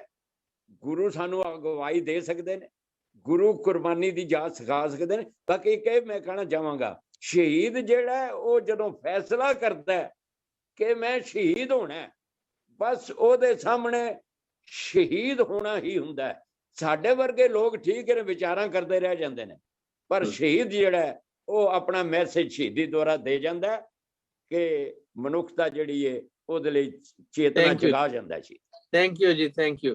1 minute, ਡਾਕਟਰ ਕੁਲਵਿੰਦਰ ਸਿੰਘ। ਹਾਂਜੀ ਸਰ, ਇੱਕ ਤੇ ਪਹਿਲੀ ਗੱਲ ਤੇ ਜਿੱਦਾਂ ਤੁਸੀਂ ਸਵਾਲ ਕੀਤਾ ਸੀ ਲੀਡਰਸ਼ਿਪ ਵਾਸਤੇ, ਉਹ ਗੁਰਬਾਣੀ ਦੀ ਪੰਕਤੀ ਆਉਂਦੀ ਹੈ, ਲੀਡਰ ਸਾਰੀਆਂ ਕੁਆਲਿਟੀ ਚਾਹੀਦੀ ਹੈ। ਰਾਜਨ ਮੈਂ ਰਾਜਾ ਤੂੰ ਕਹੀਏ, ਜੋਗਨ ਮੈਂ ਜੋਗੀ, ਗ੍ਰਸਤਨ ਮੈਂ ਤੂੰ ਬੜਾ ਗ੍ਰਸਤੀ, ਭੋਗਨ ਮੈਂ ਭੋਗੀ। ਉਹ ਸਾਰੇ ਗੁਣ ਹੋਣੇ ਚਾਹੀਦੇ। ਦੂਜਾ ਸੁਖਮਨੀ ਸਾਹਿਬ ਚ ਲੀਡਰੀ ਸ਼ਹੀਦੀ ਬਾਰੇ ਦੱਸੀ ਹੈ, ਕਿਉਂਕਿ ਨੈਗੇਟਿਵ ਵਿਚਾਰ ਵੀ ਕਰਦੇ ਆ ਨਾ। ਉਹਨਾਂ ਕਿਹਾ ਨਿਮਖ ਕਰ ਸੀਤ ਕਟਾਵੇ, ਤੋ ਵੀ ਹੋਮੇ ਮੈਲ ਨਾ ਜਾਵੇ। ਸ਼ਹੀਦੀ ਵੀ ਹੋਮੇ ਵਿੱਚ ਹੋ ਸਕਦੀ ਹੈ। ਇਹ ਸਰਟਨ ਨਹੀਂ ਹੁੰਦਾ ਕੋਈ ਮਰ ਗਿਆ ਤੇ ਉਹ ਵਾਕਿਆ ਹੀ ਸ਼ਹੀਦ ਪ੍ਰਵਾਨ ਹੋਇਆ। ਮਰਨਾ ਅਲੱਗ ਚੀਜ਼ ਹੈ, ਸ਼ਹੀਦ ਹੋਣਾ ਅਲੱਗ ਚੀਜ਼ ਹੈ। ਥੈਂਕ ਯੂ ਜੀ। ਤੀਸਰੀ ਇੱਕੋ ਲਾਈਨ ਸ਼ੇਅਰ ਕਰਾਂਗਾ ਕਿ ਜਿਹੜਾ ਗੁਰੂ ਸਾਹਿਬ ਨੇ ਦੱਸਿਆ ਸਾਨੂੰ 10ਵੇਂ ਪਾਤਸ਼ਾਹ ਨੇ ਕਿ ਤੁਹਾਡੇ ਸਾਰੇ ਤਰੀਕੇ ਵਰਤਣੇ ਇੱਕ ਪ੍ਰੋਪਰ ਲੀਡਰ ਨੇ। ਚੂੰਕਾਰ ਅਜ਼ ਹਮਾ ਹੀਲ ਤੇ ਦਰ ਗੁਜ਼ਸਤ, ਹਲਾਲ ਅਸਤ ਬੁਰਦਨ ਬ ਸ਼ਮਸ਼ੀਰ ਦਸਤ। ਥੈਂਕ ਯੂ ਜੀ। ਵਿਜੇਂਦਰ ਸਿੰਘ ਜੀ, ਤੁਸੀਂ 1 minute, anything you want to add? ये सब बड़ा इंटरेस्टिंग लास्ट में ये बात जो लीडरशिप की आई, और लीडर बेसिकली ऑर्गेनाइजर होता है, और लीडर की 3 quality, vision, knowledge, character. Vision, वो से मालूम है कि फॉरवर्ड लुकिंग है या बैकवर्ड लुकिंग है, उसका ऑब्जेक्ट क्या है, उसका एम क्या है। या अगर लीडर को ये पता नहीं है तो वो पूरी फौज को कटवा सकता है गलत। तो ये नॉलेज, जो हिस्ट्री की बात कही, कैरेक्टर बहुत बड़ी चीज है। बड़े हम बहुत अच्छी बात कर रहे हो, लेकिन लीडर जिसके पास कैरेक्टर है उसकी बात को लोग बहुत गौर से सुनते हैं, कुछ कमियां होती हैं उनको भी माफ कर देते हैं। तो ये 3 चीजें हैं, विजन, नॉलेज, कैरेक्टर। हम सच के साथ हैं, झूठ के साथ हैं। विजन हमारा बड़ा क्लियर होना, फॉरवर्ड लुकिंग है, बैकवर्ड लुकिंग है। तो ये बड़ा जो आपका कंक्लूडिंग पार्ट है, मुझे बहुत अच्छा लगा। Thank you. थैंक यू जी, थैंक यू। वो 1 मिनट यानी सुचा सी कोई होर गल ऐड करनी होवे। हाँ जी सिर, फिर जी गल मैं करांगा यही सिर्फ ਜਿਹੜੀ ਲੀਡਰਸ਼ਿਪ ਦੀ ਹੈ ਨਾ ਜੀ। ਸੋ ਜੇ ਦੇਖੋ ਗੁਰਬਾਣੀ ਦੇ ਵਿੱਚੋਂ ਅਸੀਂ ਪੜ੍ਹਦੇ ਹਾਂ ਤੇ ਜੇ ਅਸੀਂ ਗੁਰਬਾਣੀ ਚ ਸੇਧ ਲੈਣੀ ਤੇ ਇੱਕ ਇਸ ਤਰ੍ਹਾਂ ਦਾ ਵੀ ਸ਼ਬਦ ਆਉਂਦਾ ਗੁਰੂ ਮਹਾਰਾਜ ਜੀ ਦਾ, ਤਖਤ ਬਹਿ ਤਖਤ ਹੈ ਕਿ ਲਾਇਕ ਪੰਜ ਸਮਾਏ ਗੁਰਮਤਿ ਪਾਇਕ। ਠੀਕ ਹੈ ਜੀ। ਸੋ ਰਾਜਾ ਜਿਹੜਾ ਆ ਉਹਨੂੰ ਅਸੀਂ ਲੀਡਰ ਮੰਨਦੇ ਆ। ਹੁਣ ਲੀਡਰ ਜਿਹੜਾ ਬਣਾਉਣਾ ਹੈ ਇਹ ਕੋਈ, ਜਿਸ ਤਰ੍ਹਾਂ ਪਹਿਲਾਂ ਡਾਕਟਰ ਬਾਸੂ ਹੋਰਾਂ ਨੇ ਵੀ ਕਿਹਾ ਸੀਗਾ ਕਿ ਇੱਕ ਅੱਧੇ ਦਿਨ ਦੀ ਖੇਡ ਨਹੀਂ ਜੀ। ਜੇ ਅਸੀਂ ਇਸ ਪਾਸੇ ਨੂੰ ਤੁਰਨਾ ਚਾਹੁੰਦੇ ਆ ਤੇ ਫਿਰ ਇਤਿਹਾਸ ਤੇ ਗੁਰਬਾਣੀ ਦੋਨਾਂ ਨੂੰ ਇਕੱਠਿਆਂ ਕਰਕੇ ਉਹਦੇ ਵਿੱਚੋਂ ਲੀਡਰਸ਼ਿਪ ਕੈਰੈਕਟਰਸ ਵੀ ਦੇਖੋ। ਸਾਡੇ ਜਿਹੜੇ ਸਿੱਖਾਂ ਦੀ ਲੀਡਰਸ਼ਿਪ ਹੋਈ ਆ, ਉਸ ਤੋਂ ਬਾਅਦ ਦੂਸਰੇ ਵੀ ਬਾਹਰਲੇ ਲੀਡਰਸ਼ਿਪ ਦੇਖੋ। ਫਿਰ ਇੱਕ ਕਲਾਸ, ਇੱਕ ਜਮਾਤ ਬਣਾ ਦਿਓ ਜੀ। ਉਹਨਾਂ ਨੂੰ ਕਹੋ ਕਿ ਤੁਸੀਂ ਨੈਕਸਟ 100 years ਦੇ ਵਿੱਚ ਲੀਡਰ ਚੰਗੇ ਪੈਦਾ ਕਰਨੇ ਆ। ਇਟਸ ਨਾਟ, ਜਿਸ ਤਰ੍ਹਾਂ ਵੀਰ ਜੀ ਮਨਦੀਪ ਸਿੰਘ ਉਹਨਾਂ ਦੀ ਗੱਲ ਮੈਨੂੰ ਠੀਕ ਲੱਗੀ ਹੈ, ਬਟ ਫਿਰ ਵੀ ਮੇਰਾ ਥੋੜਾ ਜਿਹਾ ਉਹਦੇ ਨਾਲ ਨਾ 100% ਐਗਰੀਮੈਂਟ ਨਹੀਂ ਬਣ ਰਿਹਾ ਕਿ ਜਿਹੜਾ ਸੰਘਰਸ਼ ਦੇ ਵਿੱਚੋਂ ਲੀਡਰ ਨਿਕਲਦਾ ਕਹਿੰਦੇ ਆ। ਠੀਕ ਹੈ ਜੀ। ਸੰਘਰਸ਼ ਦੇ ਵਿੱਚੋਂ ਲੀਡਰ ਅੱਜ ਤੱਕ ਸਾਡੇ ਨਿਕਲਦੇ ਰਹੇ ਆ, ਲੇਕਿਨ ਅਸੀਂ ਪਹੁੰਚੇ ਵੀ ਕਿਤੇ ਨਹੀਂ। ਇਹ ਵੀ ਨਾਲ ਸਾਡਾ ਫੈਕਟ ਹੈਗਾ। ਠੀਕ ਹੈ ਜੀ। ਸੋ ਸੰਘਰਸ਼ ਦੇ ਵਿੱਚੋਂ ਜਿਸ ਲਈ ਲੀਡਰ ਇੱਕ ਸੰਘਰਸ਼ ਦੇ ਵਿੱਚੋਂ ਨਿਕਲਦਾ ਨਾ, ਉਹ ਜੋ ਨੇ ਆਪਣੇ ਆਪ ਤੇ ਸੰਘਰਸ਼ ਚੱਲਿਆ ਹੁੰਦਾ, ਉਹ ਉਸੇ ਐਂਗਲ ਤੋਂ ਹਰ ਇੱਕ ਚੀਜ਼ ਨੂੰ ਦੇਖਣ ਲੱਗ ਪੈਂਦਾ, ਕੌਮ ਨੂੰ ਵੀ ਤੇ ਆਪਣੇ ਐਨਮੀ ਨੂੰ ਵੀ ਉਸੇ ਐਂਗਲ ਤੋਂ ਦੇਖਦਾ ਹੀ ਆਪੇ ਖਤਮ ਹੋ ਜਾਂਦਾ। ਮੈਂ ਦੇਖਦਾ ਜੀ, ਦੇਖ ਲਓ ਚਾਹੇ ਸੰਤ ਜਰਨੈਲ ਸਿੰਘ ਜੀ ਹੋਣ, ਚਾਹੇ ਹੋਰ ਕੋਈ ਵੀ ਹੋਵੇ, ਉਹਨਾਂ ਨੇ ਆਪਣਾ ਕੋਈ ਵੀ ਗਾਂ ਲੀਡਰ ਤੇ ਪੈਦਾ ਨਹੀਂ ਨਾ ਕੀਤਾ। ਲੀਡਰਸ਼ਿਪ ਇਹ ਹੁੰਦੀ ਹੈ ਕਿ ਉਹ ਗਾਂ ਲੀਡਰ ਪੈਦਾ ਕਰੇ। ਮਹਾਰਾਜਾ ਰਣਜੀਤ ਸਿੰਘ ਨੇ ਕੋਈ ਲੀਡਰ ਨਹੀਂ ਪੈਦਾ ਕੀਤਾ, ਕੋਈ ਨਹੀਂ ਕੀਤਾ, ਉਹਨੇ ਪੈਦਾ। ਠੀਕ ਹੈ ਜੀ। ਸਾਡਾ ਉਹ ਨਹੀਂ ਸੀ ਖਤਮ ਹੋਣਾ। ਠੀਕ ਹੈ ਜੀ। ਇਸ ਵਾਸਤੇ ਲੀਡਰਸ਼ਿਪ ਦਾ ਮਤਲਬ ਇਹ ਨਹੀਂ ਹੁੰਦਾ ਕਿ ਤੁਸੀਂ ਆਪਣੇ 4 ਦਿਨ ਲੀਡਰੀ ਕਰਕੇ ਚਲੇ ਜਾਣਾ। ਨਹੀਂ, ਲੀਡਰ ਪੈਦਾ ਕਰਕੇ ਦੇਣਾ। ਜੋ ਤੁਹਾਡਾ ਵਿਜ਼ਨ ਹੈ ਉਹਨੂੰ ਕੈਰੀ ਆਨ ਕਰਨ ਦੇ ਵਾਸਤੇ ਤੁਸੀਂ ਅਗਾਂਹ ਵੀ ਤੇ ਇੱਕ ਜਨਰੇਸ਼ਨ ਬਣਾ ਕੇ ਦੇਣੀ ਹੁੰਦੀ ਨਾ ਲੀਡਰਸ਼ਿਪ। ਥੈਂਕ ਯੂ ਜੀ, that's beautiful. But is 1 minute, anything you like to add? नहीं, बस मेन चीज वही है जिस तरह भाई साहब ने किया है कि character, courage and vision and ability to access the situation. Character जिहड़ा सानू गुरबाणी तो मिलेगा, सच्चाई दे रस्ते चलना, निडर होना, और विजन होनी। भाई साहब सुचा सिंह ने कहा कि लीडर पैदा करने। देखो गुरु साहिबा ने, गुरु नानक देव जी ने अपने पुत्र ਨੂੰ ਅਗਲਾ ਸੰਤ ਅਗਲੀ ਜਗਦੀ ਨਹੀਂ ਦਿੱਤੀ, ਉਹਨਾਂ ਦਿੱਤੀ ਉਹਨੂੰ ਜੋ ਉਹਦੇ ਕਾਬਿਲ ਸੀਗੇ। ਸੋ ਉਹਨਾਂ ਨੇ ਇਸੇ ਤਰ੍ਹਾਂ ਹੀ ਅੱਗੋਂ ਵੀ ਜੋ ਕਾਬਿਲ ਸੀ ਉਹਨਾਂ ਨੂੰ ਲੀਡਰ ਬਣਾਇਆ। ਦੇ ਲੈਫਟ ਲੀਡਰ ਬਿਹਾਈਂਡ, ਦੇ had a secession of 10 gurus. ਜਦ 10ਵੇਂ ਪਾਤਸ਼ਾਹ ਨੇ ਪਤਾ ਲੱਗ ਗਿਆ ਵੀ ਹੁਣ ਦਿਸ ਇਜ਼ ਦ ਐਂਡ, ਹੋ ਗਿਆ ਗ੍ਰੰਥ ਤਿਆਰ ਹੋ ਗਿਆ, then he said that's it, now guru Granth is a guru। So leadership ਛੱਡ ਕੇ ਗਏ ਨੇ, ਔਰ ਇਹ ਲੀਡਰਸ਼ਿਪ ਜਿਹੜੀ ਗ੍ਰੰਥ ਸਾਹਿਬ ਦੀ ਹੈ ਇਸ ਇਟਰਨਲ। ਇਹਦੀ ਕੋਈ ਆਦਮੀਆਂ ਦੀ ਮਸ਼ਹੂਰੀ ਨਹੀਂ ਹੋਏਗੀ ਵਿੱਚ। So this is the story and this applies everywhere. Thank you. Last minute doctor Kala Singh ਜੀ, ਤੁਹਾਡੀ ਆਵਾਜ਼ ਨਹੀਂ ਆ ਰਹੀ। ਸਾਰੀ ਹੁਣ ਆ ਰਹੀ ਹੈ ਨੇ। ਲੀਡਰਸ਼ਿਪ ਦੇ ਉੱਪਰ ਹਰ ਇੱਕ ਨੇ ਬੜੇ ਸੋਹਣੇ ਵਿਚਾਰ ਦਿੱਤੇ ਨੇ। ਤੇ ਜਿੱਦਾਂ ਇਹਨਾਂ ਨੇ ਆਕਾਸ਼ ਬਾਰਸਲ ਉਹਨਾਂ ਨੇ ਦੱਸਿਆ, I fully agree with him ਕਿ ਇੱਦਾਂ ਦੇ ਲੀਡਰ ਪੈਦਾ ਹੋਣੇ ਚਾਹੀਦੇ ਨੇ। ਔਰ ਲੀਡਰ ਐਸਾ ਹੋਣਾ ਚਾਹੀਦਾ ਵਾ ਜਿਹੜਾ ਤਖਤ ਵੇ ਤਖਤੇ ਕੇ ਲਾਇਕ ਉਹਦੇ ਮੁਤਾਬਕ। ਤੇ but we should somehow try to encourage children to attend forums like this one so that they can learn from this and then become a good leader. It was just discussing it. So really the seeds of leadership, if you want to create good leaders, is really in the childhood. We need to create a curriculum in the light of Gurmat history and Gurmat principles and education. the how we start our children right from kindergarten onwards, how to develop these, sow the seeds of this leadership. Thank you for participation for all of you. It's beautiful. It was very, I feel very grateful to you and grateful to our audience for this participation and the time spent. So please look forward to see you next week, and we will continue to learn how we can again really what should be the nitty-gritty, what should be really the practical way to teach our children so that we can create good leadership out of them. So inne manzoor karna time da bahut again thank you. Vaheguru ji ka khalsa, Vaheguru ji ki fateh. Waheguru ji ਕੀ ਫਤਿਹ ਜੀ।